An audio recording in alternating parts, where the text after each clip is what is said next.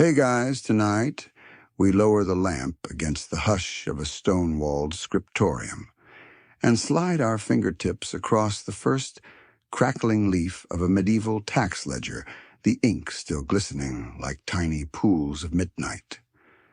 Outside, a chill drizzle taps the cloister roof in slow, patient rhythms, while inside a single candle stretches its flame toward the page, pulling long shadows across shelves that look ready to sigh if opened too quickly. You can almost taste the blend of parchment dust, iron gall, and candle tallow, and you probably won't survive this, at least not without dozing off halfway through the next margin note. So before you get comfortable, take a moment to like the video and subscribe, but only if you genuinely enjoy what I do here. Let me know in the comments where you're listening from and what time your bedside clock insists it is. Now dim the lights, maybe turn on a fan for that soft background hum, and let's ease into tonight's journey together. The ledger's calfskin cover groans open like an ancient oak gate, and the real audit begins.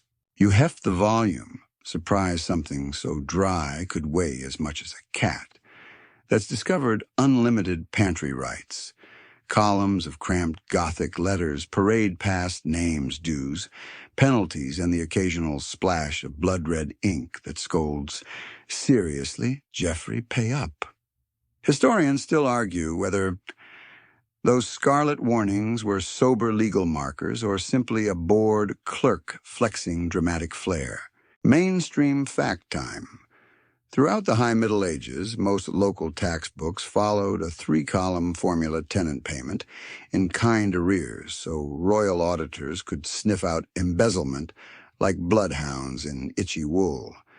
You trace the line where Elfric, son of Winstan, owes 2 pence and 1 fat capon. Sounds trivial until you remember that a penny once bought a week of bread. Missing 2 could sting like an unexpected streaming service fee. The margins hide doodles, a monk juggling coins, a smug snail jousting a rabbit. Quirky tidbit. Scholars call this clerical boredom art basically medieval meeting doodles. Some snails even wear helmets. You're charmed and 0% surprised that procrastination predates Wi-Fi. Turning the page careful, it flakes like pastry. You decode Latin abbreviations that look suspiciously like accidental keyboard mash. A neat sidebar translates them the village of Nether. Wimple owes 4 stone of wool, 6 lambskins, and 2 days cart service. Imagine paying rent with fleece and chauffeuring.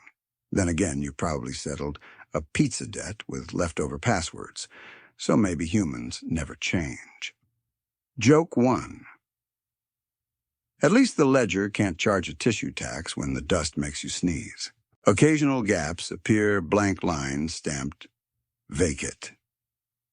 Latin for it is empty. Entire streets vanished during famine years, ghost entries still echoing. Modern researchers chart those gaps the way you count missing coffee pods. Too many blanks spell trouble. A gold-flecked initial T unfurls a tiny dragon biting its tail.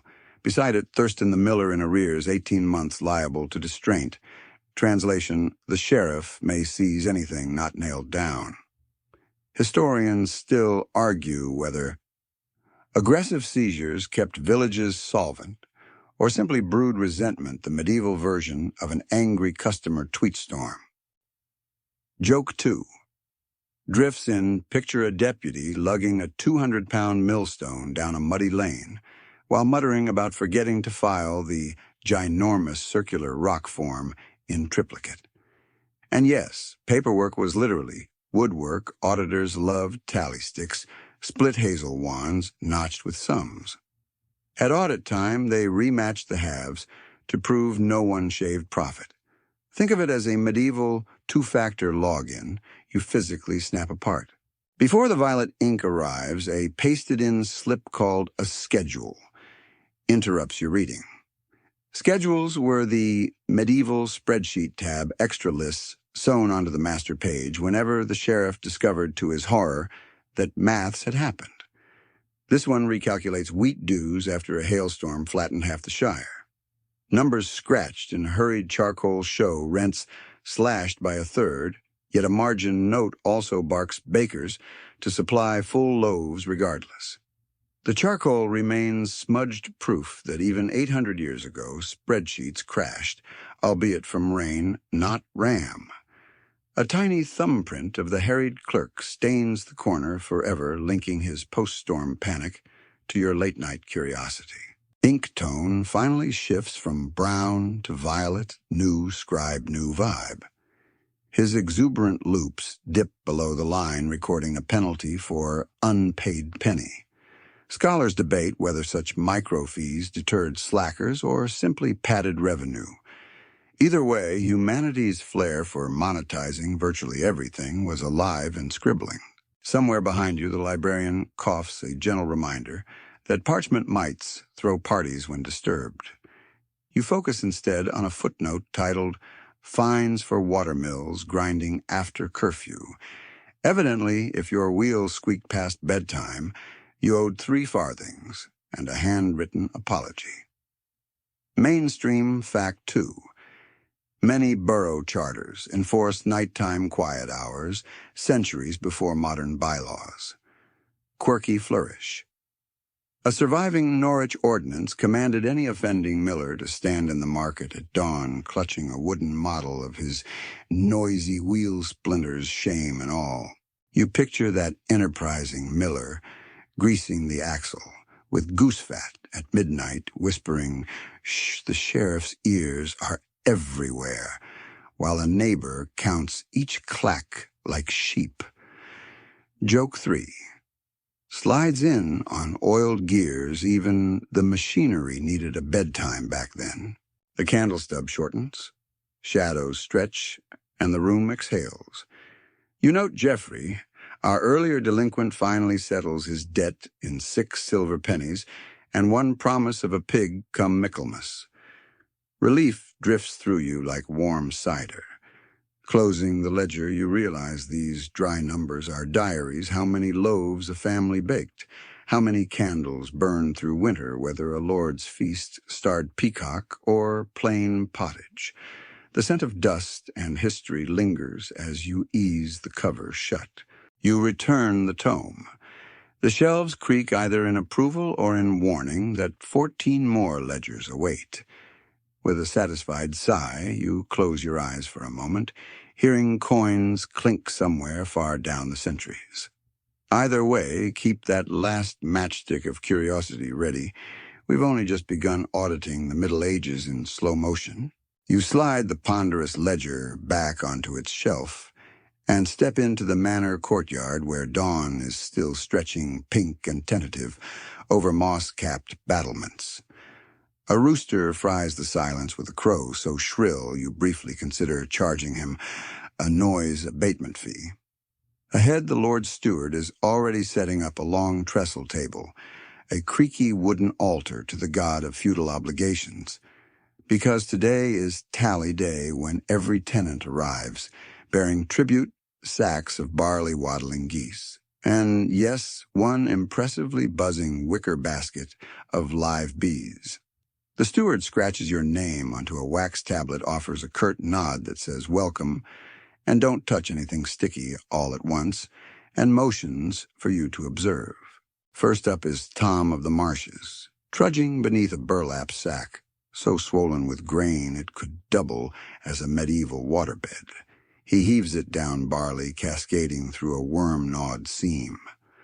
The steward weighs the sack with a balance scale, older than some cathedrals, the brass pans groaning like overworked gossip mongers. Mainstream historical fact.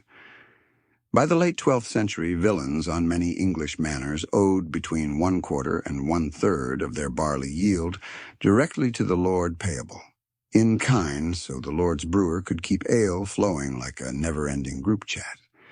You watch the scale settle note is made, and Tom is dismissed with the strained smile of a man who just donated half his breakfast cereals.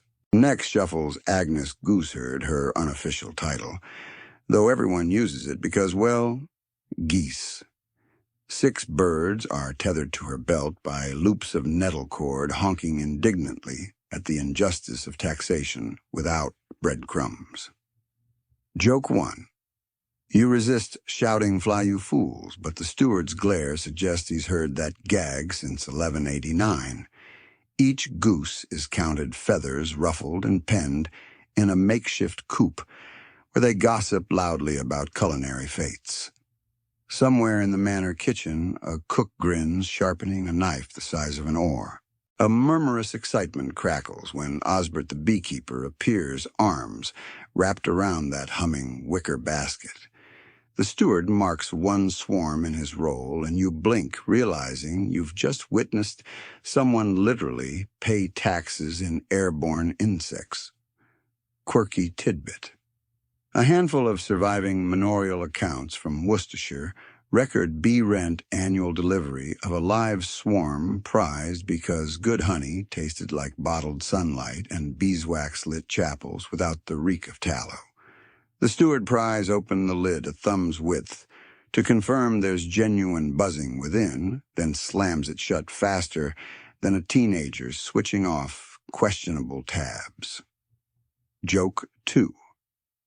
You imagine the audit note contents verified, clerk not stung yet. While tenants queue like medieval grocery shoppers, you stroll the sidelines, catching scents of malt, wet wool, and something suspiciously goatish. The manor reeve brandishes an abacus, fashioned from sheep knuckles strung on wire. He clacks totals so briskly it sounds like distant castanets. Historians still argue whether such bone abaci were widespread tools or a local improvisation by Reeves, who refused to waste perfectly good leftovers. Whatever the origin, each click ratchets up the day's grand sum. A short break. The steward waves a horn cup of weak ale under your nose, breakfast of champions, and you sip mindful of those barley taxes now swirling in liquid form. A page boy scurries past with a slate listing week work obligations, 2 days, plowing 1 day, repairing hedges, and half a day, clearing the Lord's rabbit warrens of well rabbits. Mainstream fact. Corvée labor compulsory service often equaled 3 days a week, effectively turning peasants into underpaid interns for agriculture. Joke 3. Surfaces you're tempted to ask if the internship includes medieval exposure on their resumes, but exposure usually involves chills and questionable remedies. Back at the table, a spindly friar named Brother Wulfric appears clutching, oddly enough, a single turnip. He explains that the convent's garden flooded, leaving only this survivor. The steward arches an eyebrow so high it nearly resigns.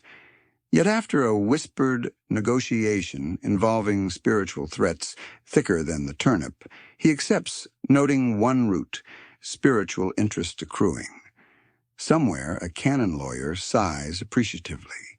The sun climbs chiseling gold off the dovecote roof as you catalog more peculiar payments, dyed wool bundled like rainbow burritos, a brace of eels slithering in a clay pot, and a carved wooden spoon representing 2 days' female labor, because the tenant's wife is currently of delicate condition. The steward jots it down. Medieval bureaucracy, like modern streaming terms, always finds room for addenda. Through all this, the Lord himself remains an unseen presence, ensconced in the solar, with warmed wine, trusting his officials the way you trust autocorrect, grudgingly, but without better options. Periodically, a runner carries parchment upstairs listing totals and returns with red wax seals certifying the math. Those seals, thick and fragrant, remind you of cherry-scented candles, though. Historians still argue whether resin additives signified authenticity or simply masked the smell of raw beeswax. As midday bells toll a gaggle of tenants, discuss ways to game. Next year's tallies, move a boundary stone at night, hide piglets until after audit, sneak a second swarm past the steward. You note the sly camaraderie. Taxation breeds creativity like mushrooms on damp timber. In the background, the geese continue lobbying for early release. One breaks free waddles between your legs and leaves behind a white splat that sizzles in the dust. Congratulations, you've been stamped by fiscal policy. By afternoon, table ledgers resemble overstuffed burritos of parchment tied with leather thongs. The steward stretches back, cracking like roasted chestnuts, and orders the reeve to perform a final summary. Bone counters slide. Barley sacks are restacked, and bees are relocated to an orchard, where apple blossoms wait like shy debutantes. Numbers emerge, so many bushels, so many bird carcasses, in waiting so much wax predicted from that nervy swarm. Open scholarly debate phrase. Glides back, and historians still argue whether these in-kind obligations hindered market growth by trapping produce in feudal circuits or, paradoxically, built the first reliable distribution networks, a medieval subscription box shipping fresh geese monthly to the castle's doorstep. The truth, like stray bee stings, probably lies somewhere uncomfortably in the middle. Finally, the steward turns to you and, with the weary dignity of somebody about to alphabetize a haystack, asks if you'd like to record the closing figure. You mull the offer. Remember how Section 1's crimson ink still stains your mental fingertips, and politely decline. Instead, you jot a private note: feudal obligations, equal community theater, but with larger props and more bird droppings. The tenants disperse, liberated of grain and livestock, yet oddly lighter in spirit, perhaps relieved at another year's dues settled, perhaps plotting loopholes over ale tonight. You stroll back toward the Manor Gate boots, crunching barley husks, and pocket a rogue feather souvenir of economic history's most irritable taxpayers. Evening steals in swaddling barns, in lavender dusk. A final image lingers, that humble swarm tax now quieting under apple branches, bees humming like soft kettle drums, unaware they've been entered into ledgers thicker than their entire universe. Somewhere beyond, a clerk sharpens his quill, ready to tally the night. You leave the manor with its disgruntled geese still gossip honking in your wake, and follow a rutted road toward the capital, the dust of barley husks clinging to your boots like stubborn subscribers who refuse to hit the bell. By late morning, Westminster looms a forest of stone turrets and slate roofs, huddled beside the Thames, the water glimmering like melted pewter. You duck through an archway, traded in your countryside symphony of buzzing bees, for an urban soundtrack of hammering, shouting vendors and the occasional night clanking like a walking utensil drawer. Up a flight of worn steps, you slip into a long chamber, whose walls exhale cool, damp air tinged with candle soot, an old coin welcome to the royal exchequer. A trestle table, draped in a black and white checked cloth, dominates the room's squares, neat as a chessboard, inviting you to imagine pawns of silver pennies advancing on fiscal kings. Mainstream historical fact. That checkered cloth isn't decorative whimsy. Clerks place counters on the squares, each space representing units, pounds, shillings, pence, so royal revenues practically play themselves out in real-time board game fashion. You sidle closer, the linens weave rough beneath your fingertips, the pattern, hypnotic enough to lull even the most caffeinated auditor. 6 clerks in ink-blotted tabards hammer through tallies. One splits a hazel stick with a practiced snap notches a fresh payment across both halves and hands the shorter foil to a sheriff's courier who tucks it into a purse already bristling with splinters. The longer stalk joins a bundle hanging from the rafters, each bundle resembling a primitive wind chime that might serenade the ghosts of unpaid taxes if given a stiff breeze. Joke 1. Somewhere, a future interior designer is weeping because no one appreciates rustic twig decor. Coins pour onto the cloth in a soft metallic rainfall, silver halfpennies, chiming against each other in gentle taps, far more soothing than the geese screeches of yesterday. The senior clerk, eyes sharp as a hawk on double espresso, flicks each coin toward its proper square. When a penny lands off center, he gives it a judgmental look usually reserved for crooked picture frames. You instinctively nudge the coin straight a mild treason you mask with a casual yawn. Across the table, a scribe updates parchment rolls almost as tall as he is. Each roll unfurls like a paper tongue, ink gleaming beneath tallow sconces.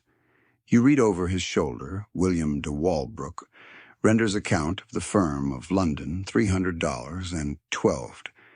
He abbreviates with flourish an elegant per brie that looks suspiciously like the doodle dragons from Section 1. Quirky tidbit. One surviving exchequer memo records a clerk fined for doodling mini cathedrals in the margin instead of abbreviations, proof that architectural daydreaming can apparently be billable. Your gaze lands on a small wooden chest labeled scutage. The tax knights pay to skip military service, basically the medieval unsubscribe button for crusades. The lid's iron hinges squeak, but the contents glitter, gold bezants foreign as pop-up ads in another language. The chamberlain explains that each coin traveled from Outremer, passing through sweaty palms, camel caravans, and at least 2 ill-fated saddlebags. Historians still argue whether, boom, the surge of exotic currency invigorated English trade or inflated prices faster than a royal ego. Economic historians wave graphs, medieval chroniclers wave moral outrage, and the exchequer waves both halves of the tally stick and pockets the difference. Lunch arrives trenchers heaped with salt beef and leek pottage, served right on the checker pattern because nothing complements fiscal accountability like gravy hazards. You're invited to taste. You do, realizing the stew is thicker than the Westminster fog outside. Joke 2. Somewhere a penny tumbles into the pottage and a clerk sighs, well, that's depreciation. Bellies satisfied, the auditors resume their rhythmic clatter, and you notice how each notch, tap, and scribble forms an accidental lullaby. Even your eyelids begin plotting an early nap. To stay awake, you focus on a brittle vellum instruction sheet pinned to the wall. Ordines ad scacarium. Rules of the exchequer, laying out who may speak when to hand over coins, and crucially, the penalty for idle gossip regarding the Queen's wardrobe. 3 shillings. You remember our beekeeper's buzzing payment and chuckle. Imagine explaining one swarm to these city clerks, more accustomed to smelling coin than honey. A runner bursts in cloak flapping like frustrated parchment delivering scrolls from northern sheriffs. They contain revenues collected by distress of sheep after a drought, meaning flocks seized to force payment. Counters shift across the board, a fleecy fortune turned into metal. Mainstream fact 2. By the 13th century, wool exports formed England's chief income stream, their customs duties nicknamed the Great Custom. The exchequer funnels every tufty penny into financing castles, royal weddings, and naturally more taxation. During a lull, the deputy treasurer pulls you aside to reveal something even archivists rarely see. The pipe roll, a massive parchment sausage sewn end to end listing every shire's debts for the year 1237. Unrolled, it would stretch halfway to those apple orchards humming with bee taxes. He unfurls a section letters marching in rigid columns, and you spot a familiar name from Section 1 Geoffrey. Yes, our delinquent miller still appears marked fine, remitted upon payment of 1 pig. Good for Geoffrey, bad for the pig. The treasurer's lantern illuminates a margin note. De odoris monetarii complaints about the stench near the mint, where coin blanks are quenched in brine. Quirky flourish. A rumor claims the mint smell became so strong that local bakers demanded half rent in compensation. The Crown responded by levying, wait for it, a sweet bread tax on the bakers. Historians still argue whether that levy was ever enforced or simply scribbled in exasperation by a clerk who hated cinnamon rolls. As afternoon shadows lengthen voices lower, perhaps out of respect for the tallies, hanging overhead like wooden halos. You're invited to strike a tally yourself. You take the hazel wand, carve a long trench representing £1, then 3 dots for shillings, 2 for pence. Splitting the stick requires confidence. Joke 3. You mutter, "May the audit be with me," and snap. The crack echoes sawdust settling like confetti. The clerks nod approval and slide the stock onto its hook. Somewhere in distant centuries, that very fragment may resurface, puzzling archaeologists about your questionable humor. When dusk finally presses lavender light through narrow windows, clerks sweep stray coin shavings into velvet purses. A boy extinguishes sconces, leaving only a single taper beside the checkered cloth, its flicker turning silver pennies into little moons. You step outside Thames mist curling around your collar, brain humming with numbers, and the faint regret that you didn't expense lunch. Behind you, the exchequer doors boom shut. Tallies dangle in the dark like suspended sentences. Coins nestle inside cedar coffers, and a fresh pipe roll waits to swallow tomorrow's figures. You realize that every buzzing bee, every honking goose, every clink of metal eventually migrates here, where the kingdom's heartbeat converts life into ledger. You breathe out fog blooming and make your way toward the glow of a riverside tavern. Time to trade coin sounds for mug clatter, and perhaps dream of checkered boards that lull the realm to sleep.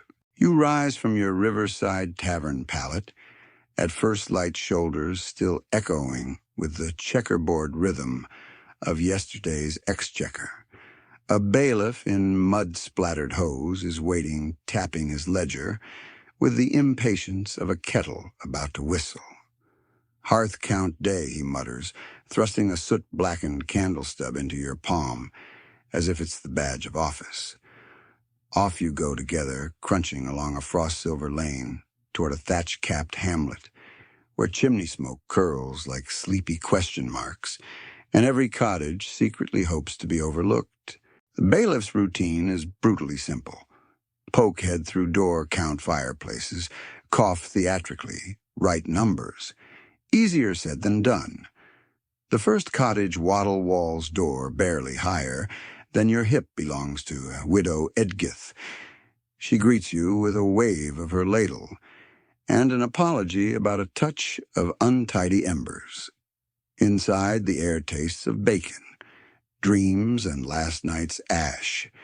You squint up a rough stone chimney whose throat yawns like a giant yawn. Within a yawn, then jab your candle into the darkness to prove there's just the one hearth. Mainstream historical fact. By the late 14th century, several English shires experimented with a smoke farthing, a quarterly tax of 1 farthing per operational hearth, cheaper than later restoration levies, but still enough to fund the sheriff's shoe upgrades. As you record Widow Edgith's single hearth, she presses a hunk of oatcake into your hand. Hospitality weaponized, now you feel bad charging her at all. Joke 1. You consider offering a rebate if she throws in extra bacon, but the bailiff's glare says bacon. Barter schemes ended badly somewhere around Geoffrey's pig. Next stop is a ramshackle longhouse belonging to a cooper who evidently moonlights as a chimney enthusiast. You count 3 brick stacks poking through the thatch like red-nosed trolls. Inside barrels crowd every corner, oak staves drying beside crackling fires. Only 2 hearths work honest. The cooper insists eyes darting faster than tally sticks in a windstorm. You crouch to inspect and nearly scorch your eyebrows on a clandestine 3rd flame half hidden by a barrel lid. Quirky tidbit. Some inventively frugal medieval households walled up spare fireplaces with wooden boards smeared in pig's blood to trick inspectors into believing the hearth unusable. Archaeologists still find those crimson panels, sooty secrets preserved like guilty confessions. You chalk 3 beside the cooper's name, add a frowning doodle for emphasis, and stifle a soot-induced sneeze that ricochets through the rafters like a misfired crossbow bolt. Outside, the bailiff notes the fine, an extra halfpenny per undeclared hearth. Historians still argue whether, such penalties genuinely boosted revenue or merely honed villagers' skills in creative masonry, a medieval DIY boom driven by tax evasion. Across the green children trail you, giggling whenever you cough up soot, like a malfunctioning dragon. One bold boy asks if the crown taxes goat fart fumes because his uncle's barn could bankrupt Normandy. Joke 2. You smirk and reply that a draft bill exists currently stalled because no clerk wants to tally by smell. You move on to the parish priest's rectory smug with fresh lime wash. He meets you clutching a book of sermons and an unmistakable air of moral deductible. Just 1 hearth for humble clergy, he intones. Yet inside, beyond a tapestry of St. Dunstan, flicking the devil's nose, you spy a gleaming brass brazier warming the manuscript desk fire, number 2. The priest clears his throat so forcefully it rattles the brazier's coals. You mark 2 with the calm precision of a butcher sharpening knives. Mainstream fact 2. Clergy often received exemptions from hearth levies unless their fires were deemed non-liturgical. Debate raged in abbey chapters over whether a brazier used to illuminate scripture counted as divine necessity or luxurious loophole. Lunchtime, you picnic beside the village pond on Widow Edgith's oatcake, now half ash-flavored, thanks to your pockets. Ducks eye you like unpaid creditors. The bailiff reads totals so far, 18 hearths, 1 clandestine furnace fines accruing nicely. He mentions that by Michaelmas, the sheriff expects 50 shillings from this hamlet alone. You calculate that equates to roughly 5 swarms of bees by urban standards, callback humor, that makes the bailiff chuckle until oatcake crumbs shoot from his nose. Afternoon rounds begin with the blacksmith's forge, predictably furnace, flamboyant. Sparks pirouette overhead as he hammers horseshoes, each clang a reminder that noise pollution fees haven't been invented yet. You tally 2 roaring hearths, plus a side brazier keeping cider warm. The blacksmith winks. Tax the cider and revolt begins. Noted. Outside, you pass a humble cottage suspiciously lacking chimney smoke on this chilly day. The occupant, Matilda Spinster, claims her hearth collapsed last winter. Inside the hearth mouth is indeed bricked up, but the wall behind feels warm. A secret flue, perhaps. You rap the stones. A hollow thunk echoes. Quirky flourish. Legend tells of medieval priest holes repurposed as covert fireplaces, smoke diverted through neighbors' chimneys. Whether Matilda employs such sorcery remains unproven, but the bailiff scrawls, "Suspect re-inspect at dusk," a bureaucratic cliffhanger. The sun droops bathing cottages in copper light that makes each chimney plume glow like candle flame halos. Children retreat, ducks settle, and you prepare final summaries. Open scholarly debate phrase.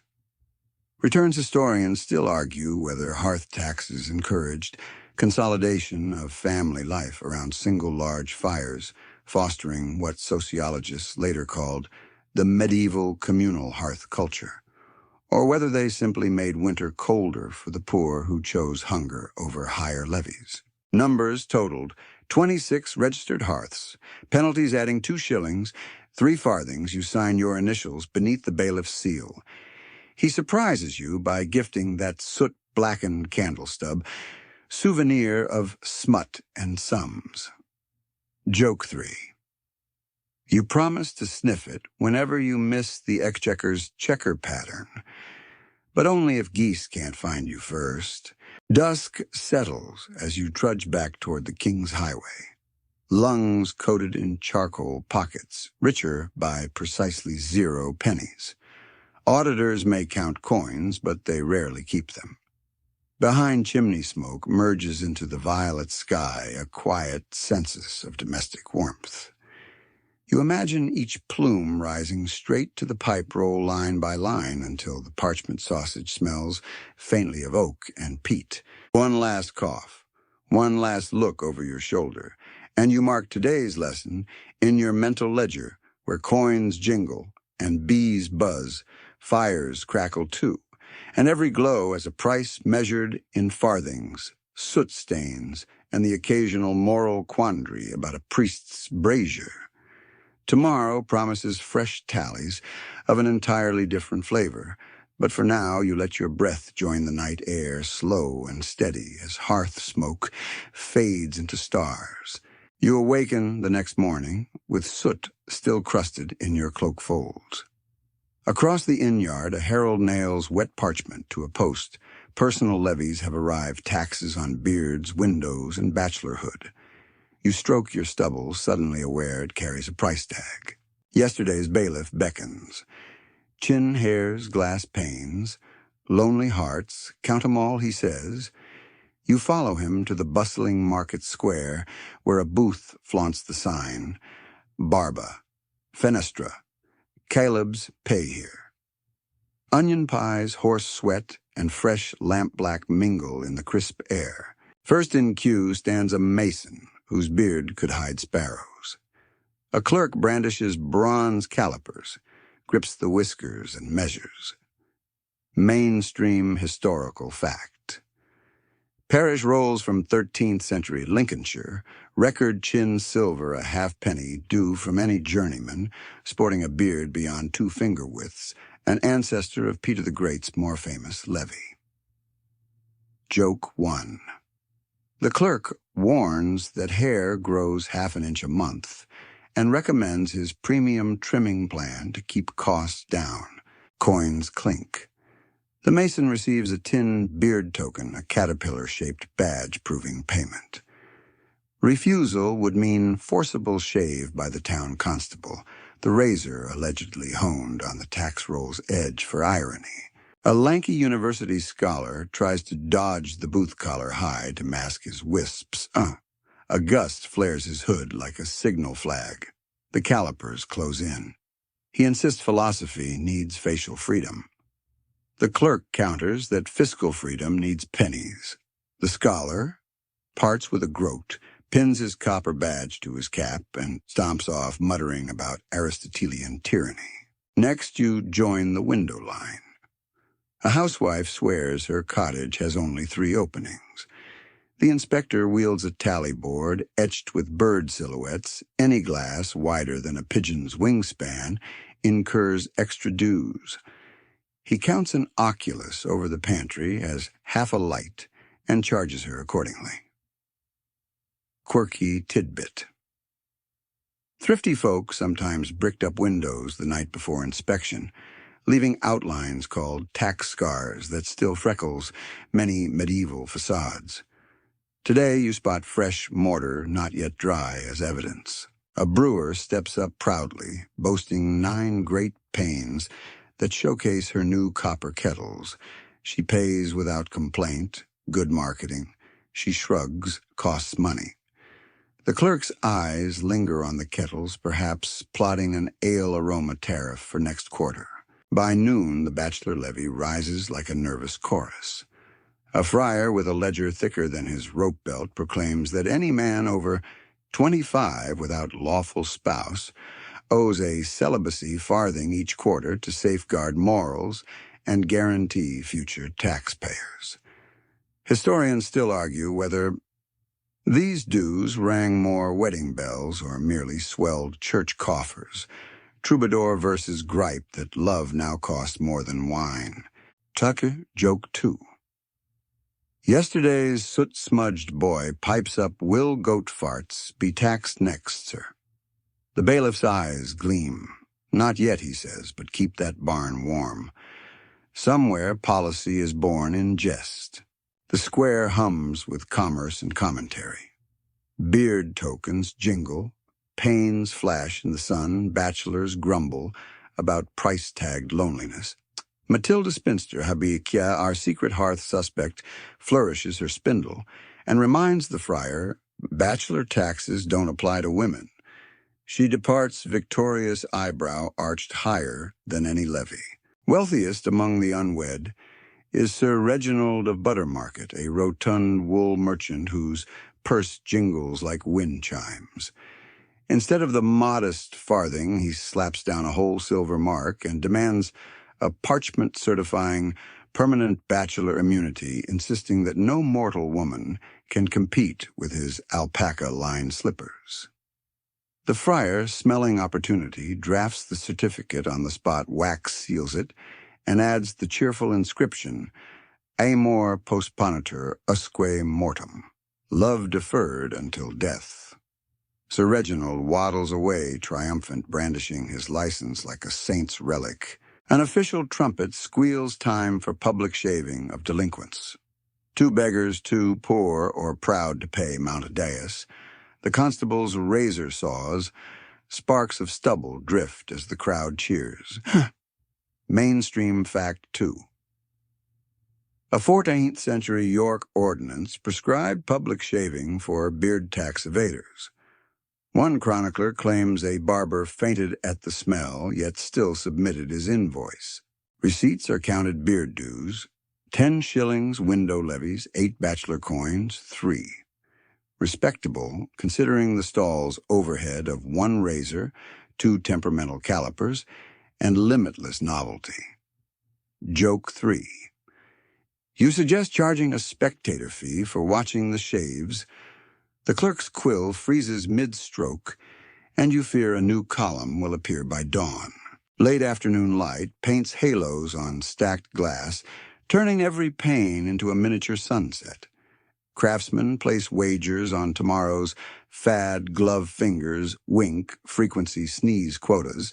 After beard badges and pigeon boards, nothing feels impossible.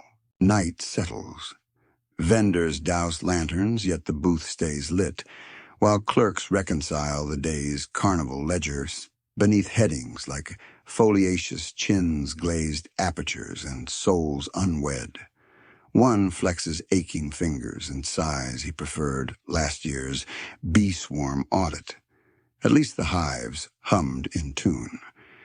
Another predicts a levy on candle drips. Wax, after all, can be weighed. Paper scraps, hair clippings, and chunks of mortar litter the square evidence of a day when governance rummaged through personal habits in search of silver. You pocket your tarnishing beard badge beside yesterday's soot candle souvenirs, proving that a kingdom can monetize both fire and follicles. Strolling back to your lodgings, you muse that medieval taxation is essentially a scavenger hunt. Find a human trait, label it, price it, repeat. Yet beneath the absurdity lie bridges, roads, and that hypnotic checkerboard of the exchequer, all bankrolled by whiskers, sunbeams, and unmarried sighs. Tomorrow you'll shadow spice merchants wrestling tariffs at the city gate. But tonight you slide beneath a wool blanket, oddly comforted by the thought that even facial hair can keep the realm's wheels turning. Soft dawn light filters through the mullioned window of your rented chamber, painting plaid patterns across your cloak, still freckled with beard trimmings from yesterday's fiscal fashion show. Somewhere below a sacristan jingles a bell the size of a dinner plate, summoning parishioners to matins. You rub sleep from your eyes with fingers that smell faintly of mortar dust and onion pie, and tell yourself that today at least no one will bring calipers anywhere near your face. Today is tithe day, and the church prefers its percentages, shaved off crops, not chins. Outside, the village lane resembles a slow-moving barn parade. Carts creak beneath mountains of barley sacks, stitched shut with twine as thick as bootlaces. Milk pails clank. Two stone-faced nuns guide a procession of bleating sheep, as if escorting fuzzy choir boys to confession. You fall in behind the file, careful to dodge a wobbling wheelbarrow, brimming with turnips so plump they look like crimson-cheeked toddlers. The air is an aromatic cocktail of grain dust wool oil and that sweet sour tang you now recognize as economy in transit. Approaching the tithe barn, you whistle low. The structure is colossal oak beams the size of ship masts, slate roof soaring high enough to make room for the hopes of a dozen parishes. Mainstream historical fact. Many English tithe barns really were this impressive. Glastonbury's 14th century marvel stretches over 50 meters, big enough to host a midsummer rock festival, if medieval zoning allowed amplification. A carved inscription above the great doors reads, Deus decem optat. God wants the 10th. You whisper back, so does everyone else, and slip inside. The interior is dim but bustling. Sunbeams spear through sparrow holes, illuminating dust motes, like glitter in a cathedral spotlight. Volunteers, mostly lay brothers, recruited for brawn heft sack after sack onto scales, each tipping arm carved with neat Roman numerals. For every 9 sacks, weighed a 10th, is slid down a wooden chute toward a growing pyramid at the far wall. The chute squeals, sacks thud, and grain avalanches in golden waves. Joke 1. You wonder aloud if the brothers spend evenings sledding down that mound like medieval snow day rebels. A novice flushes crimson, which you take as a confession.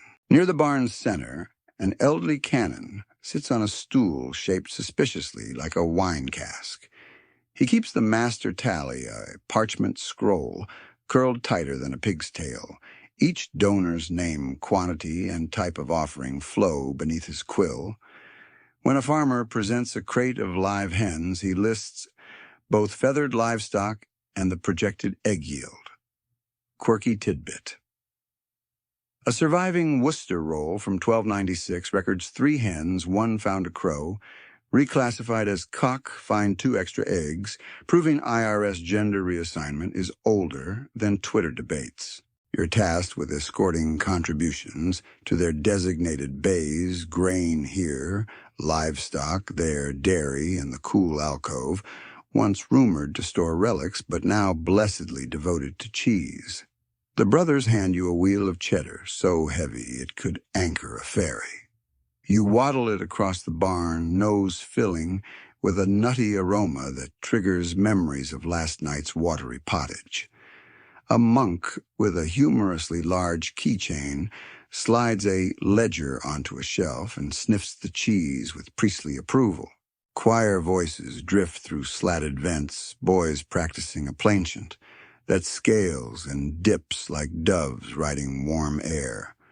Their melody stitches calm through the barn's clamor, turning commerce into liturgy. Still, not everything is harmonious. A plowman newly arrived drags a sack suspiciously light for his acreage. The canon's quill stops. Short measure, he asks, tone sugar-sweet but knife-sharp. The plowman blames a devious crow infestation. Historians still argue whether medieval tithe disputes truly centered on avian theft or simply masked creative bookkeeping. Regardless, the canon scribbles a note for the archdeacon, medieval equivalent of escalating to the manager, and the plowman deflates like a punctured wineskin. Beneath a dangling lantern, you spot something stranger, a small wicker box wrapped in beeswax cloth. The donor, a timid spinster, not Matilda this time, explains it's her share of honeycomb, harvested from hives blessed by Saint Gobnet, patroness of beekeepers. The canon peers inside, tongue flicking across his teeth at the amber gleam. He writes item honey, 2 lb comb, 1 lb plus bees, transfer deferred. You grin, thinking of Section 1's buzzing basket. Apparently the divine also appreciates sweeteners. Mid-morning brings the potato equivalent of a plot twist. Father Hugh wheels in a coffin-shaped crate containing 12 fat eels still flapping like animated punctuation marks. He's tithing on behalf of the river. Mainstream Fact 2. Aquatic tithes were normal along marshy estates. Eels functioned as slippery currency for monasteries fasting from meat. Joke 2. You step back in case one wriggles free. You've no desire to chase a tithe-dodging eel across consecrated floorboards. As the heap of produce soars, 2 carpenters wield mallets to tap pegs into fresh rack levels effectively, turning the barn into a living bar graph. An archbishop's envoy arrives, a tall figure, draped in scarlet, who smells of rose oil and confidence. He inspects the grain mound, nods, and declares, adequate. That single word seems to lift everyone's shoulders, proving medieval project management metrics boil down to holy sign-offs. You catch the envoy's eye and offer your beard badge as conversation starter. He smiles politely, perhaps plotting a tonsure tax for next synod. Lunch is bread cheese shavings and watered ale, served atop an upturned grain scoop. Around you, brothers share gossip. Last year, the barn cat birthed kittens amid the barley. By tithe logic, 1 kitten now belongs to God. They joke about naming it Little Decimus. Quirky flourish. A 14th century Hereford ledger truly lists half a cat surviving on mice, credited against arrears evidence that accountants will appraise anything with a heartbeat. The work resumes in a gentle haze. You tie labels to fleece bales, chalk tally marks on wall planks, and once rescue a runaway turnip rolling toward the eel crate. Nobody needs pickled eel-flavored produce. Outside choir boys switch to a lullaby slow hymn that drifts in like scented smoke, coaxing even the busiest hands into rhythmic motion. Your own heart rate aligns with the chant, until each breath seems to float on plain song syllables. Near dusk final, donors shuffle in a tanner smelling of oak bark, 2 bakers delivering tithe bread, and an anxious miller. No, not our debt-plagued Geoffrey, but his cousin offering flour in linen sacks, stamped with a pig emblem, family branding apparently. The canon logs every detail, muttering totals under his breath like a monk counting beads. Sunset flares crimson through the barn's high vents, gilding dust clouds and turning grain to molten gold. The canon calls the tally complete: 900 bushels, 40 sheep, 27 cheese wheels, 12 eels, untold honey, and yes, 1 possible kitten escrowed for divine purposes. He seals the scroll with scarlet wax, imprinting a bishop's ring. You feel the day's labor settle into your bones, a mosaic of tiny, earthy contributions coalescing into ecclesiastical might. Open scholarly debate phrase drifts across your thoughts. Historians still argue whether tithe barns operated as proto-bank vaults, spurring local charity, or conversely sucked sustenance from villages already scraping the bottom of the pottage pot. Standing here, grain dust clinging to your lashes, you sense truth on both sides, prosperity for some, pinch for others, all shrouded in incense and hymns. Packing up a novice presses a beeswax candle into your hand, apparently leftover tithe stock. Joke 3. You add it to your growing collection of tax-themed souvenirs and wonder if a dedicated shelf back home might count as a trinket window subject to levy. The novice grins. Display it in a dark place. God prefers good lighting. You step out into dusk, barn doors closing with a sigh behind you. The choir's final chords fade, replaced by night insects tuning up a quieter anthem. Your cloak now smells of grain honey and faint rose oil, layered fragrance of spiritual capitalism. The moon hangs like a clipped silver coin above the steeple. You start back toward the inn pocket heavier by one candle mind wandering forward to tomorrow's guild hall, where lace and crooked rulers await new dues. But for now, the tithe barn's lullaby hums in your memory, a gentle rhythm promising sleep like soft grain sliding into peace. The day dawns wood-scented and hammer-toned. You drift from the inn, breadcrumbs of barley still in your hair, toward the guild hall, a timber frame so wide it could host a fencing tournament if the fencers didn't mind tripping over trestles. Sunbeams slap the freshly tarred beams and sawdust drifts in perfumed swirls, the sort that makes you sneeze exactly once and then wonder whether sneezes will be taxed right after goat fumes.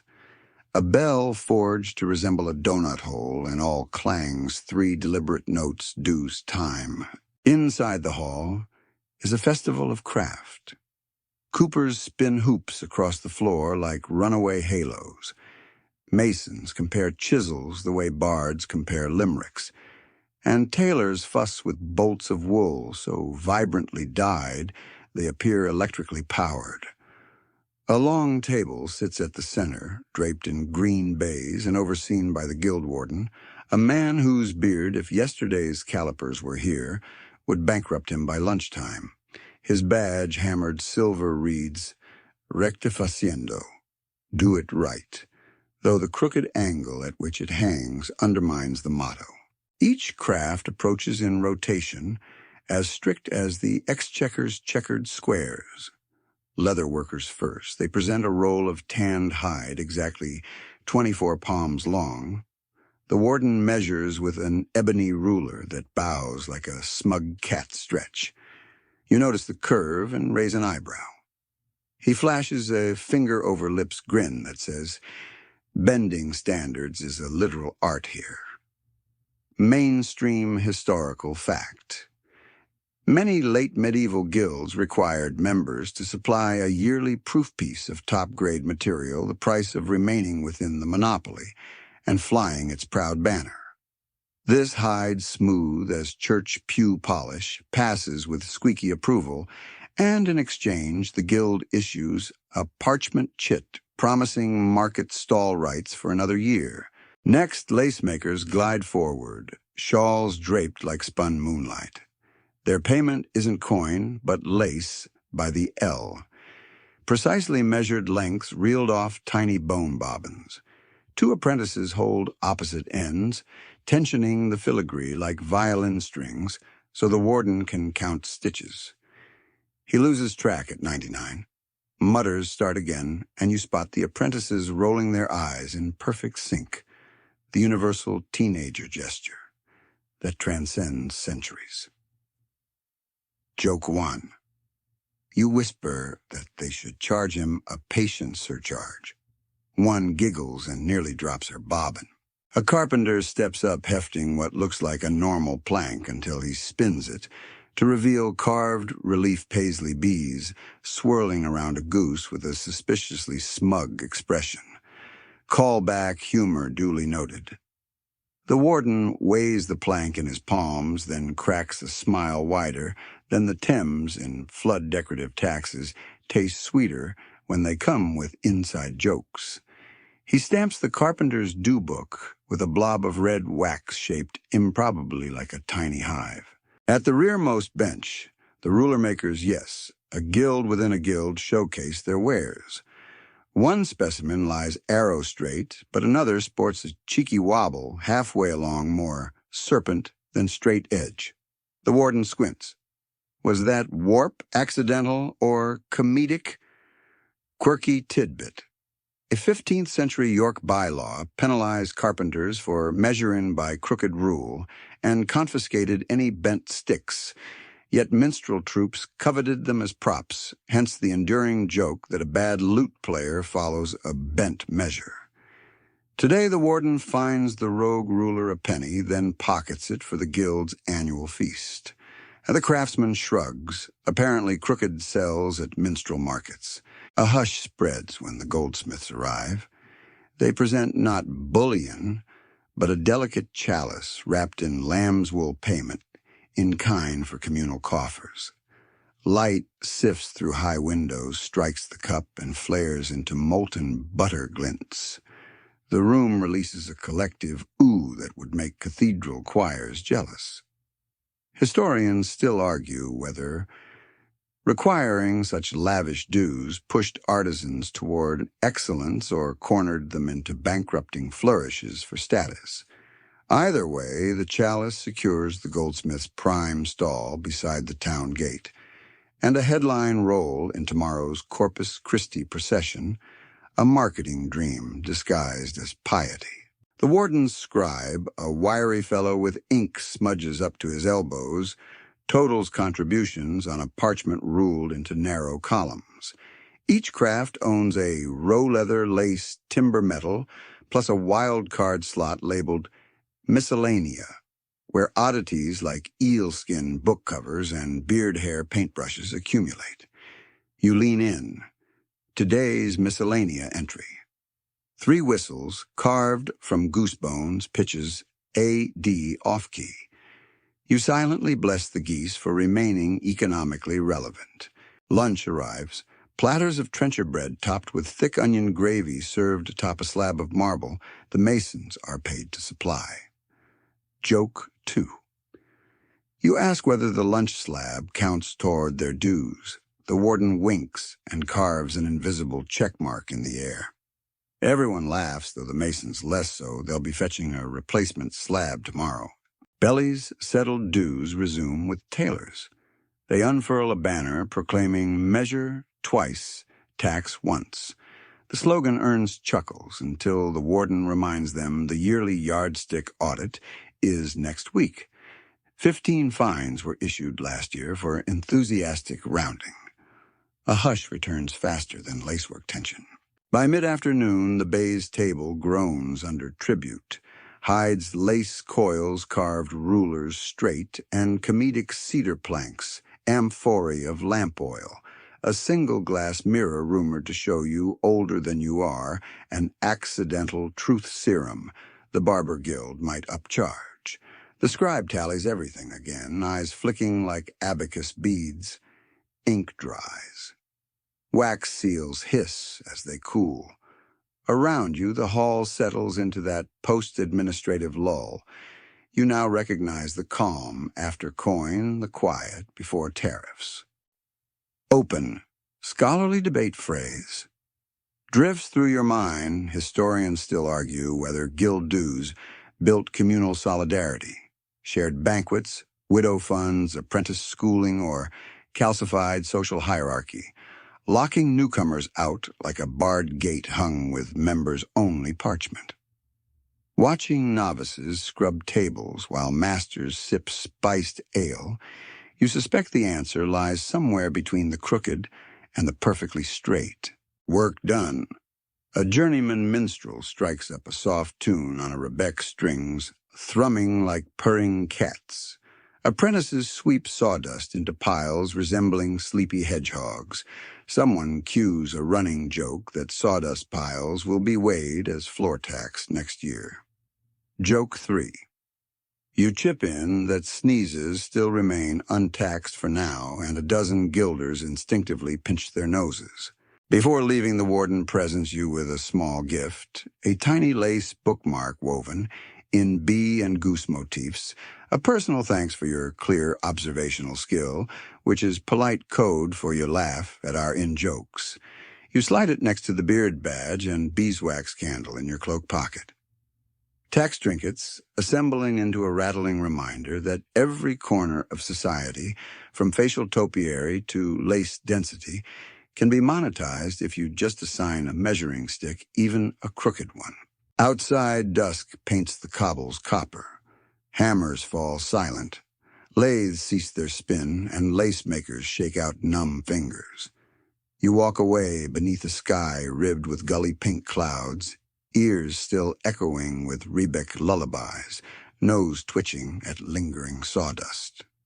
A stray goosebone whistle toots somewhere behind off-key, A launching a final smirk.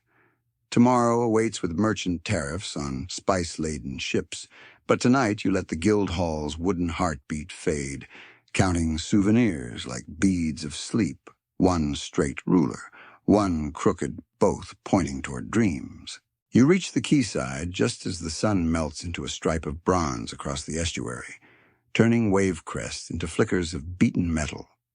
Masts creak overhead like old men settling into bath chairs, and canvas breathes out the last of the day's wind. The smell hits first a heady stew of salt tar, wet hemp rope, and weaving through it all a spicy perfume, so thick it could fog spectacles, pepper cinnamon cloves, and one mysterious note that might be cardamom or given port gossip somebody's forgotten laundry.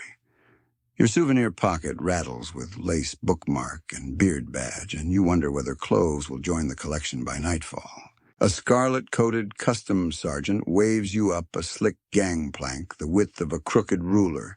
It bounces underfoot, reminding you of Guildhall jokes about taxing wobble. Weights and tallies, mind the gap, he mutters, ushering you onto the deck of the Maria Fortuna, freshly arrived from Venice by way of Alexandria. Sacks stenciled with twin lions line the rail, exhaling black pepper dust that makes even gulls sneeze. Joke 1. You offer to charge the birds for airborne seasoning. The sergeant snorts that avian wallets are notoriously hard to seize. Amidships, a weighhouse clerk has set up a portable balance. 2 iron pans dangling from a beam thicker than your forearm. Every time a sailor drops a sack onto the scale, the beam dips, squeals, then rebounds, wobbling like a quivering bread pudding. The clerk taps a plumb bob to still it. Crooked rulers are comedic crooked beams, catastrophic. Mainstream historical fact.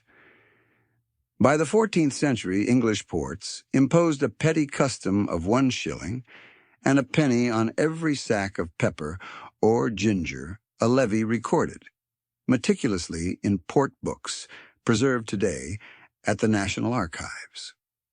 Watching the coins clink into a cedar box, you sense the same hypnotic rhythm as the exchequer's checkerboard, only spicier.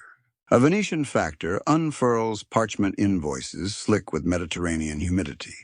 He argues that 3 sacks are spoilage half weight, half seawater, and should be exempt. The sergeant raises an eyebrow, gestures to your presence, and says, "Independent witness."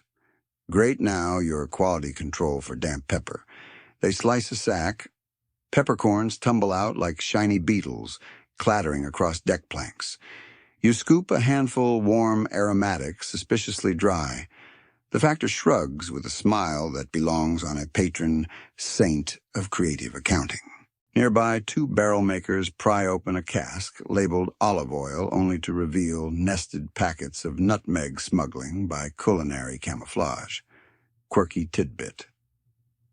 Court records from Bristol, 1460, list a merchant fined for hiding cloves inside dried cod bellies, the so-called piscine pepper dodge. Evidently fragrant fish raised olfactory alarms.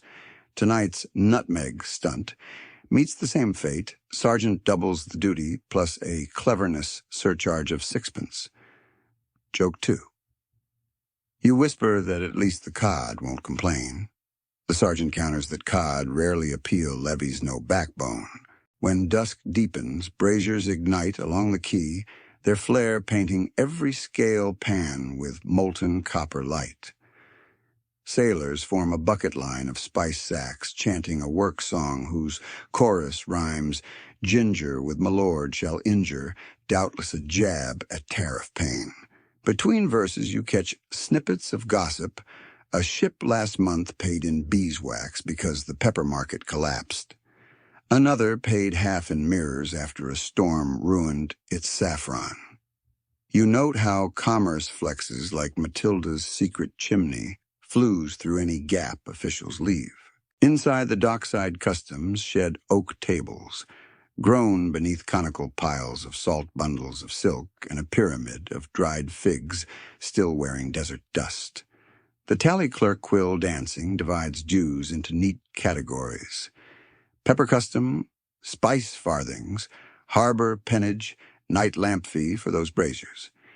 He occasionally pauses to polish the brass counterweights with a rag scented of rosemary, perhaps to mask pepper grime, perhaps an early branding initiative. Historians still argue whether these layered tariffs stifled entrepreneurial spirit by shaving profits thinner than lace filaments, or stabilized royal finances enough to fund breakwater projects and, ironically, cheaper freight insurance. The debate swirls like clove smoke, and tonight you smell both the burden and the bankroll.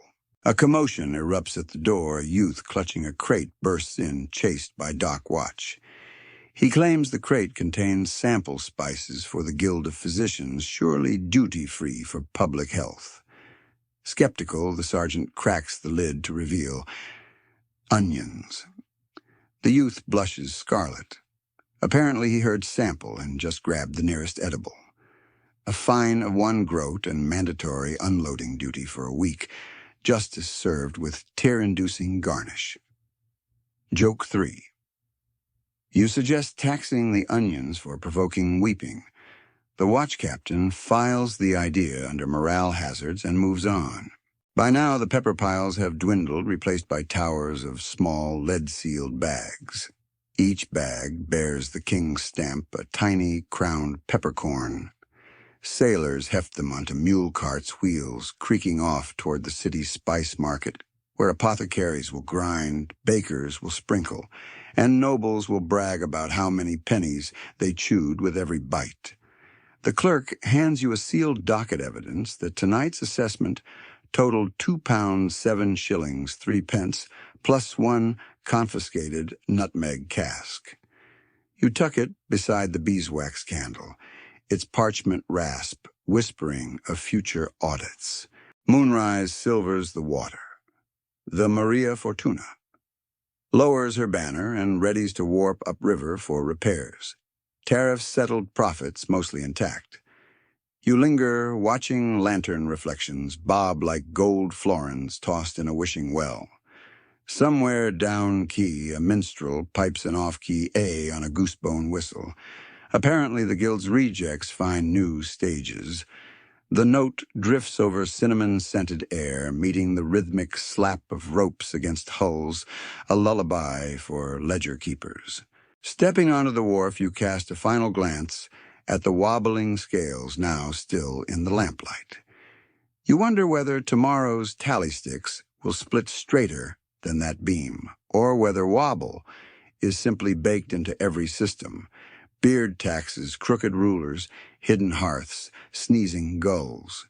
You pluck a single peppercorn from your doublet, fold a stowaway souvenir, and drop it into your pocket menagerie. It rattles against lace bobbin and beeswax like a tiny maraca, promising dreams that smell faintly of faraway coasts. Dawn rumbles rather than rises, a steady boom-tat-tat, creeping up the alley like thunder wearing leather shoes. When you open the shutters, 2 town criers in half-rusted breastplates march past, flanking a boy drummer whose sticks blur faster than gossip. The parchment drumhead bears a painted cross red, fading toward Rose, while a nailed placard on his back shouts, "Pence for the king's holy venture." You rub sleep sand from your eyes, the peppercorn souvenir in your pocket rattling like a tiny applause, and realize breakfast is going to be paid for. with the sound of taxation at full volume. In the square, the war tax stage is already set. A trestle desk checker pattern naturally leans beneath a banner proclaiming, "Deus vult, but pay first." The sheriff's deputy straightens piles of hand-cut coin pouches, each stamped with the king's sigil, and a delicate reminder, "Return pouch or face treason." A monk unfurls a parchment list as tall as a cathedral door, every household, every penny demanded for a crusade, still more rumor than reality. Mainstream historical fact. In 1188, the Saladin tithe required a full tenth of movable goods to fund Richard and Philip's adventures, the most ambitious single levy since Domesday. Your deputy cites it with relish, though his parchment shows this year's rate a mere 2 pence per hearth bargain pilgrimage. He smirks. The drummer strikes a cadence. Citizens shuffle forward like reluctant confetti. Tom of the Marshes, barley donor extraordinaire, arrives, first pouch clinking. He pays 8 pennies and receives a wooden token, a tiny shield burned with a cross, and the letter Tuig for taxes. Failure to display the token invites door-to-door harangues by the drummer brigade. Joke 1. You whisper that Tom could just flip it over in protests. Tom replies the deputy would fine him for unholy carpentry. Touché. A baker approaches next flower, lingering in her hair like premature snow. She offers 2 silver pennies, too tarnished to see the face. The deputy dunks them in a vinegar bowl. If the image of the king appears, coin is good. If not, pay again. Faces emerge, though smelling like salad dressing. Quirky tidbit. Some collectors seasoned their vinegar with crushed rosemary to mask metallic stench. Chroniclers recorded accidental popularity spikes in lunchtime salads around tax day. Today's vinegar reeks of last night's wine cost-saving, or culinary only, noses no. Your job is ledger assistant. The monk hands you a quill still sticky with beeswax residue from Section 6's candle stash, he confesses, and you copy names, sums, and importantly excuses. Weekly wife roof fell in, and rather poetically purse suffered ague. Each excuse earns a scowl and a promise of later inspection, fines doubled if storytelling proves over-creative. Historians still argue whether the growing catalog of excuses reflects genuine hardship or the medieval writer's nascent love of florid fiction. You personal favorite, purse ag for originality. Future plagiarists, beware. Mid-morning sun strikes helmets, and the square lights up like a coin itself. Children weave through legs, drumming on pot lids in mock solidarity. The deputy considers taxing their improvisation until a mother threatens to recite all 33 verses of St. Zita's lullaby. He backs down. Joke 2. You note that weaponized lullabies are the period's crowd control spray. The monk nearly blots the ledger laughing. A knight in faded surcoat clanks forward, slaps down a leather sack heavy enough to sprain morality, and announces scootage, so I may remain gloriously here. The deputy weighs it satisfied. Mainstream fact 2. Scootage fees allowed knights to skip campaign service. By the late 13th century, some kings preferred cash to reluctant warriors. Armies can be hired, accountants must be paid. The drummer marks the knight's token with a tiny anvil stamp, signifying a buyout. You suspect future bards will pen verses about iron hearts paid in iron coins. Near noon, clouds roll over drum beats, echo colder, and a hush crawls in as the town's poorest queue faces hollow pouches lighter than pepper husks. A widow offers a single farthing and a tear-blurred bow. The deputy accepts but pins a slate around her neck listing owed balance. Due upon return of the army. Cruel arithmetic masquerading as patriotism. You note the amount, hand trembling. Open scholarly debate phrase. Services historians still argue whether war levies accelerated royal bureaucracy's cruelty or merely exposed it like ink seeping through parchment. Standing here, quill's sticky ears ringing, you lean toward exposure. Cruelty has been in stock all along. A gust flips the banner, revealing its blank backside cheerless linen canvas that reads like a pause. The drummer capitalizes, rolling into a flourish that rattles windows. Joke 3. You mutter that if percussion could capture Jerusalem, we'd all be home by supper. The monk nearly inks his sleeve. Afternoon spills into logistical frenzy. Collected pennies are melted on site, yes. A portable forge hisses beside the desk. The smith ladles liquid silver into long, thin ingots, easier to tally and harder to skim. Smoke swirls, smelling of burnt vinegar and ambition. Sparks pop like midsummer gnats, and you wonder how many crusading dreams are forged, literally from neighborhood candlesticks and widow mites. During a lull, the deputy unveils a map of the Holy Land, studded with gemstone pins. Each penny equals a yard of march, he claims. Today's haul gets the army to the gates of Acre, plus one good tavern night. You swallow a laugh kilometer, conversions apparently still pending. Citizens murmur impressed or confused or both. You pencil the joke in the margin for future chroniclers. Calculus cruzatus, wildly optimistic. Sun dips. The drummer's arms now jelly. The boys swap sticks for smaller, lighter reeds, each hit a sigh. Coins dwindle. Excuses bloom, lost purse, demonic theft, beard tax recovery phase. The deputy starts to pack ledgers, counting ingots twice. You're ordered to carry the final chest to the Guild of Accountant Monks. Section 13 beckons. Chest lid bears your fingerprints in pepper dust. Your souvenirs clang, acknowledging the new companion. War silver warmed by many palms. As torches ignite, the drummer beats a last slow tattoo, echoing up shuttered alleys like a heartbeat in thick armor. People drift home, lighter by pence, heavier by worry. You slip away toward your lodgings, drum rhythm fading behind. Pocket inventory now, beeswax, candlebeard badge, lace, bookmark, peppercorn, and a sliver of silver slag chipped when the smith trimmed an ingot. An odd menagerie that jingles, rattles, and glints tactile proof of how a realm funds distant dreams, whiskers.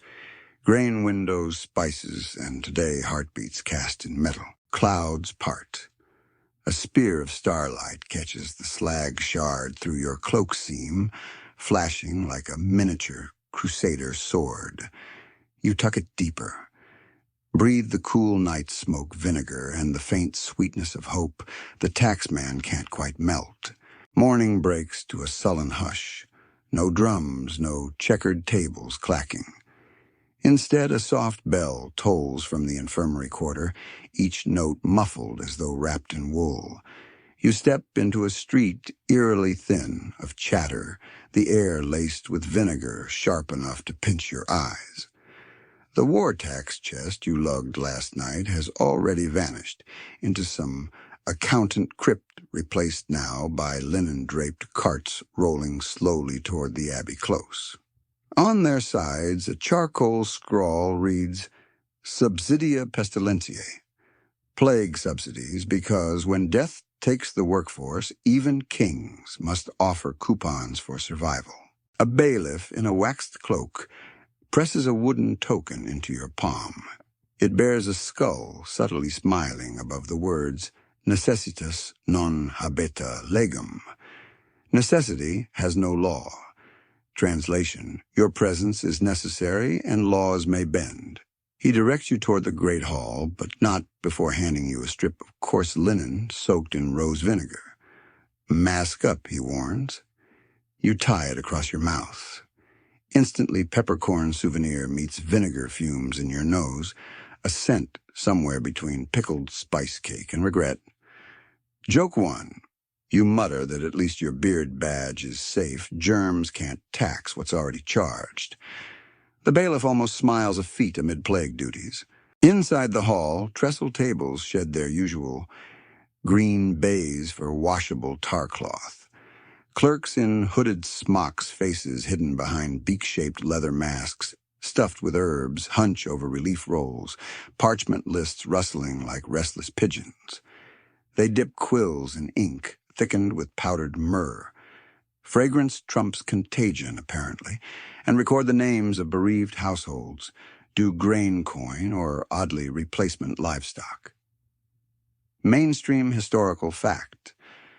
Royal writs in 1350 ordered certain towns to issue consolation seed and waive rents for plague-blighted tenants, an early public health allowance that kept fields from collapsing into wilderness.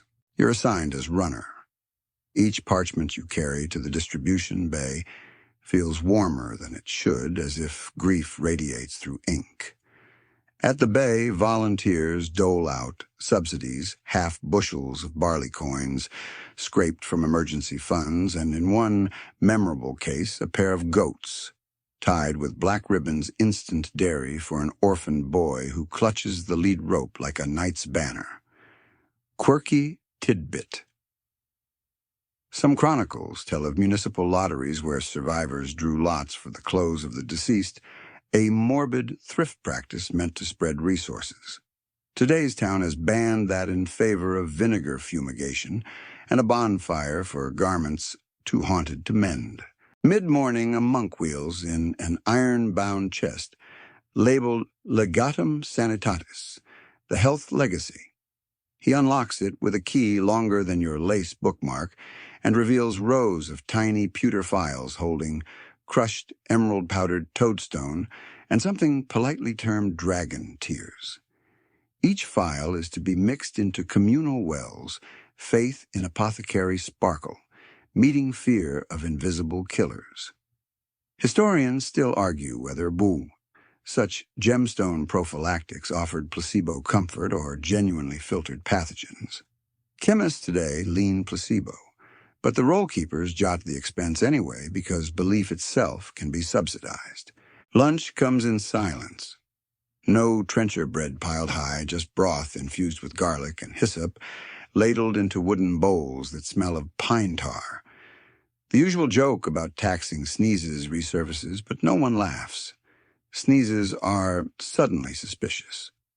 Joke 2. You lower your vinegar rag long enough to whisper that at least the goats can't sneeze money out of their noses.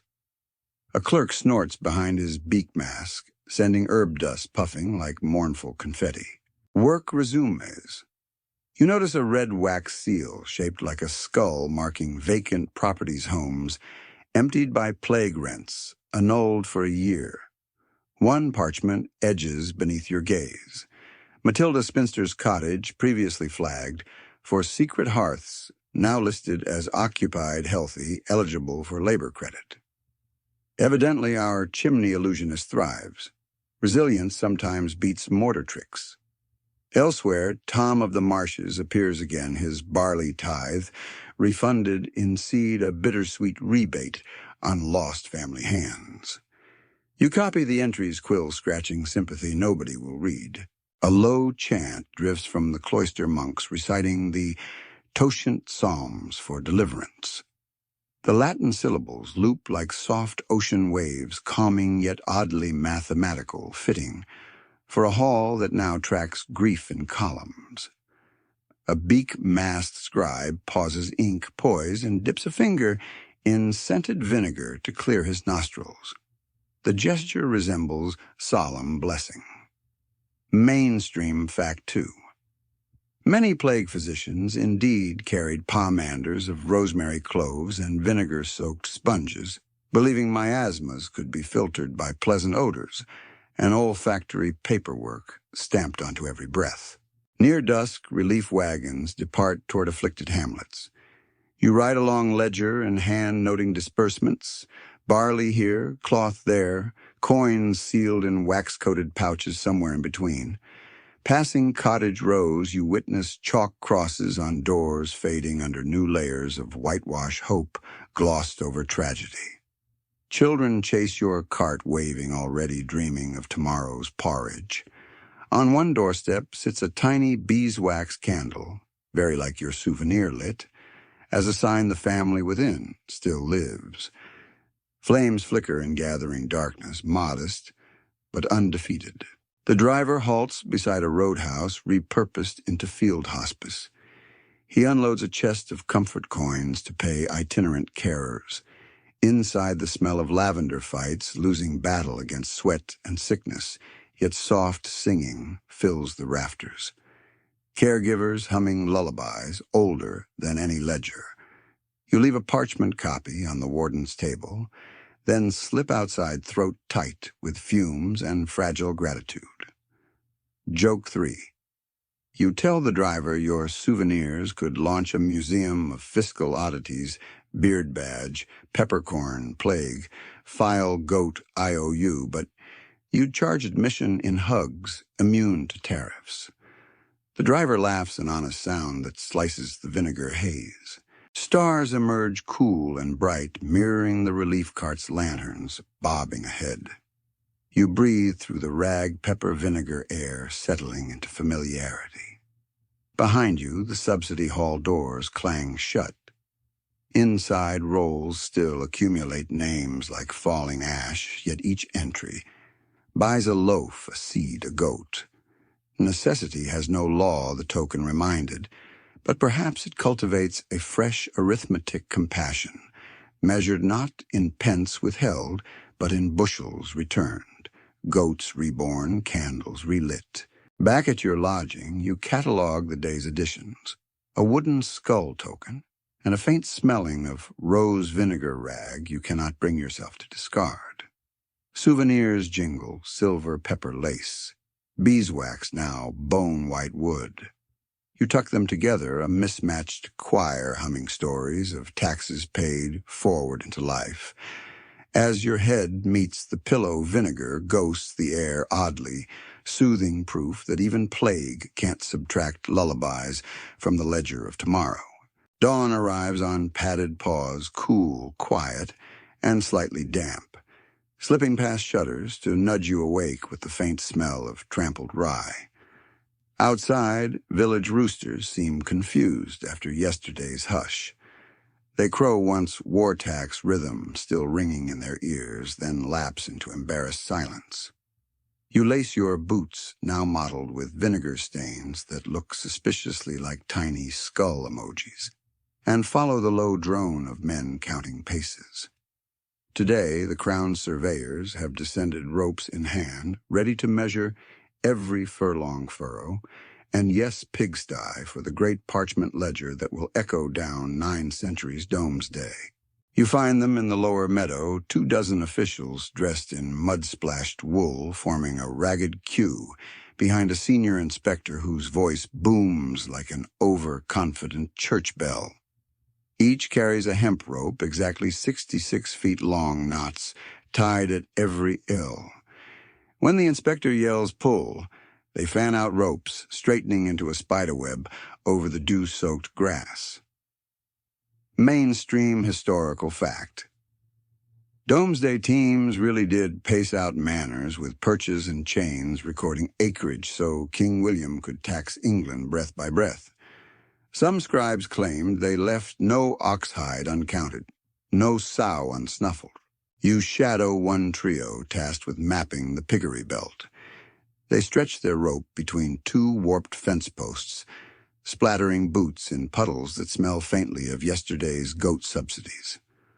One mutters that pigs make terrible landmarks because they rearrange themselves. Joke 1. You suggest painting grid lines on their backs. The surveyor snickers, then warns that hog bristles charge overtime rates for artistic modeling.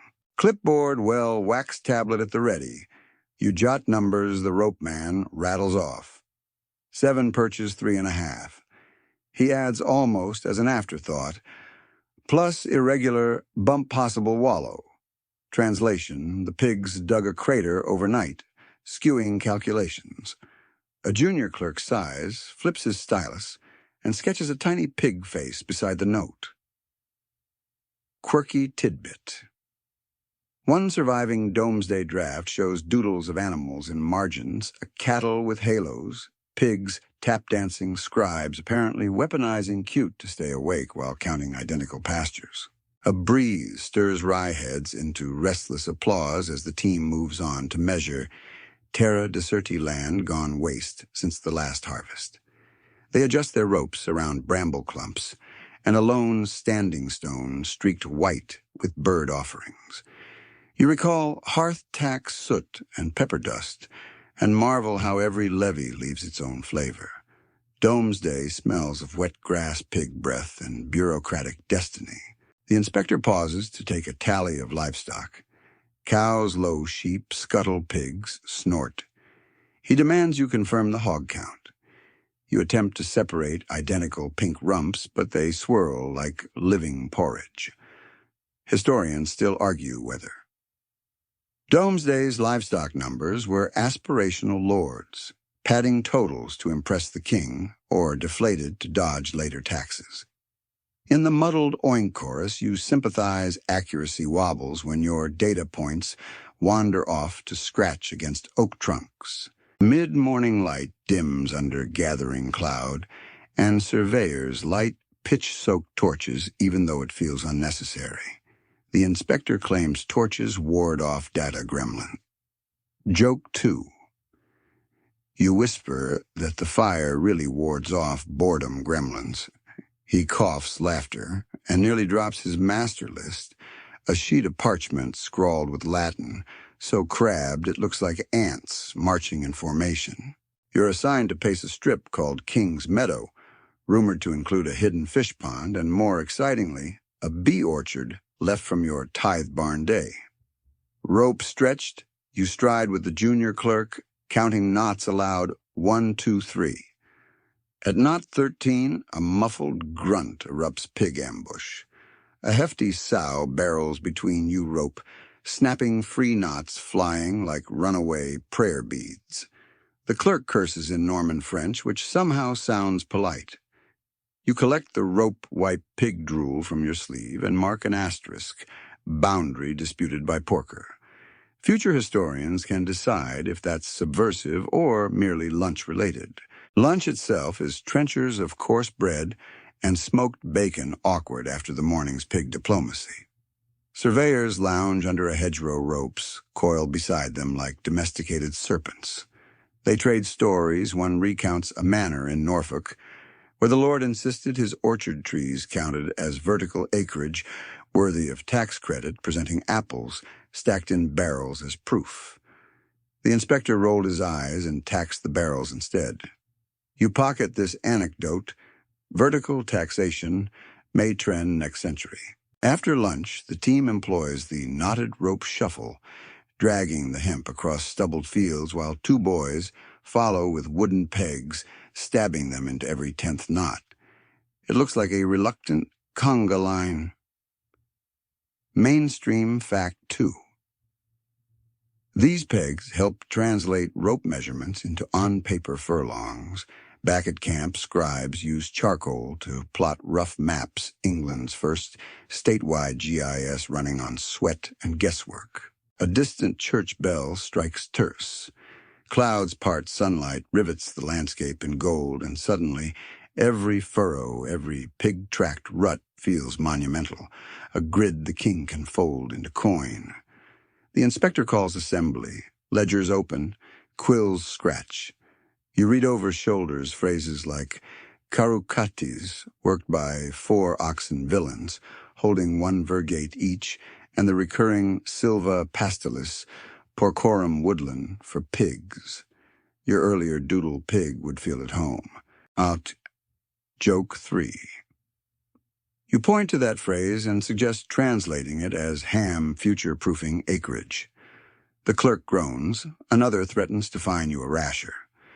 Comedy aside, the numbers add up. The meadow yields £2 in tax, a tidy sum considering half of it currently grunts at acorns. As figures settle, A soft thunder rolls not of weather but hooves.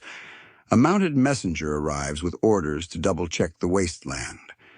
Rumors claim buried Roman tiles there that could raise value. Groans ripple through the crew, more rope, more pigs. Yet duty prevails. They shoulder coils trudge out again. You join boots sinking into marsh, where frogs chirp dispute clauses no scribe understands. Late afternoon turns, fields amber. Surveyors stake final pegs, knot counts noted, and the master parchment, now smudged with pig prints, shows totals ready for the scriptorium. Twilight's first bats flit overhead like errant inkblots, seeking sentences. The inspector files his stylus behind his ear, declares the day measured, and gifts you a spare peg for your souvenir trove. It smells of pig oil and sap, a rustic cousin to your peppercorn and silver slag. On the walk back, conversation drifts to what Domesday truly means.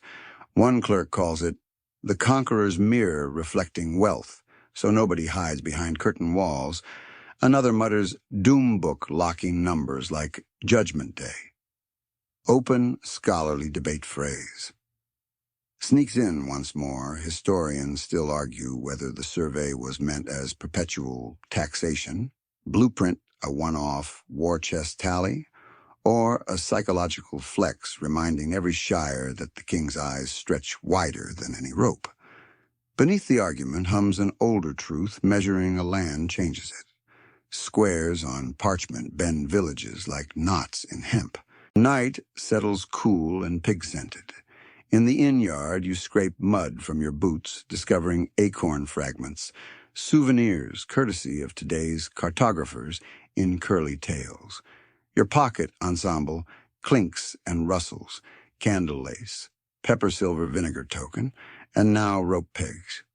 A chorus of memory, each item whispering its levy, its story, its joke.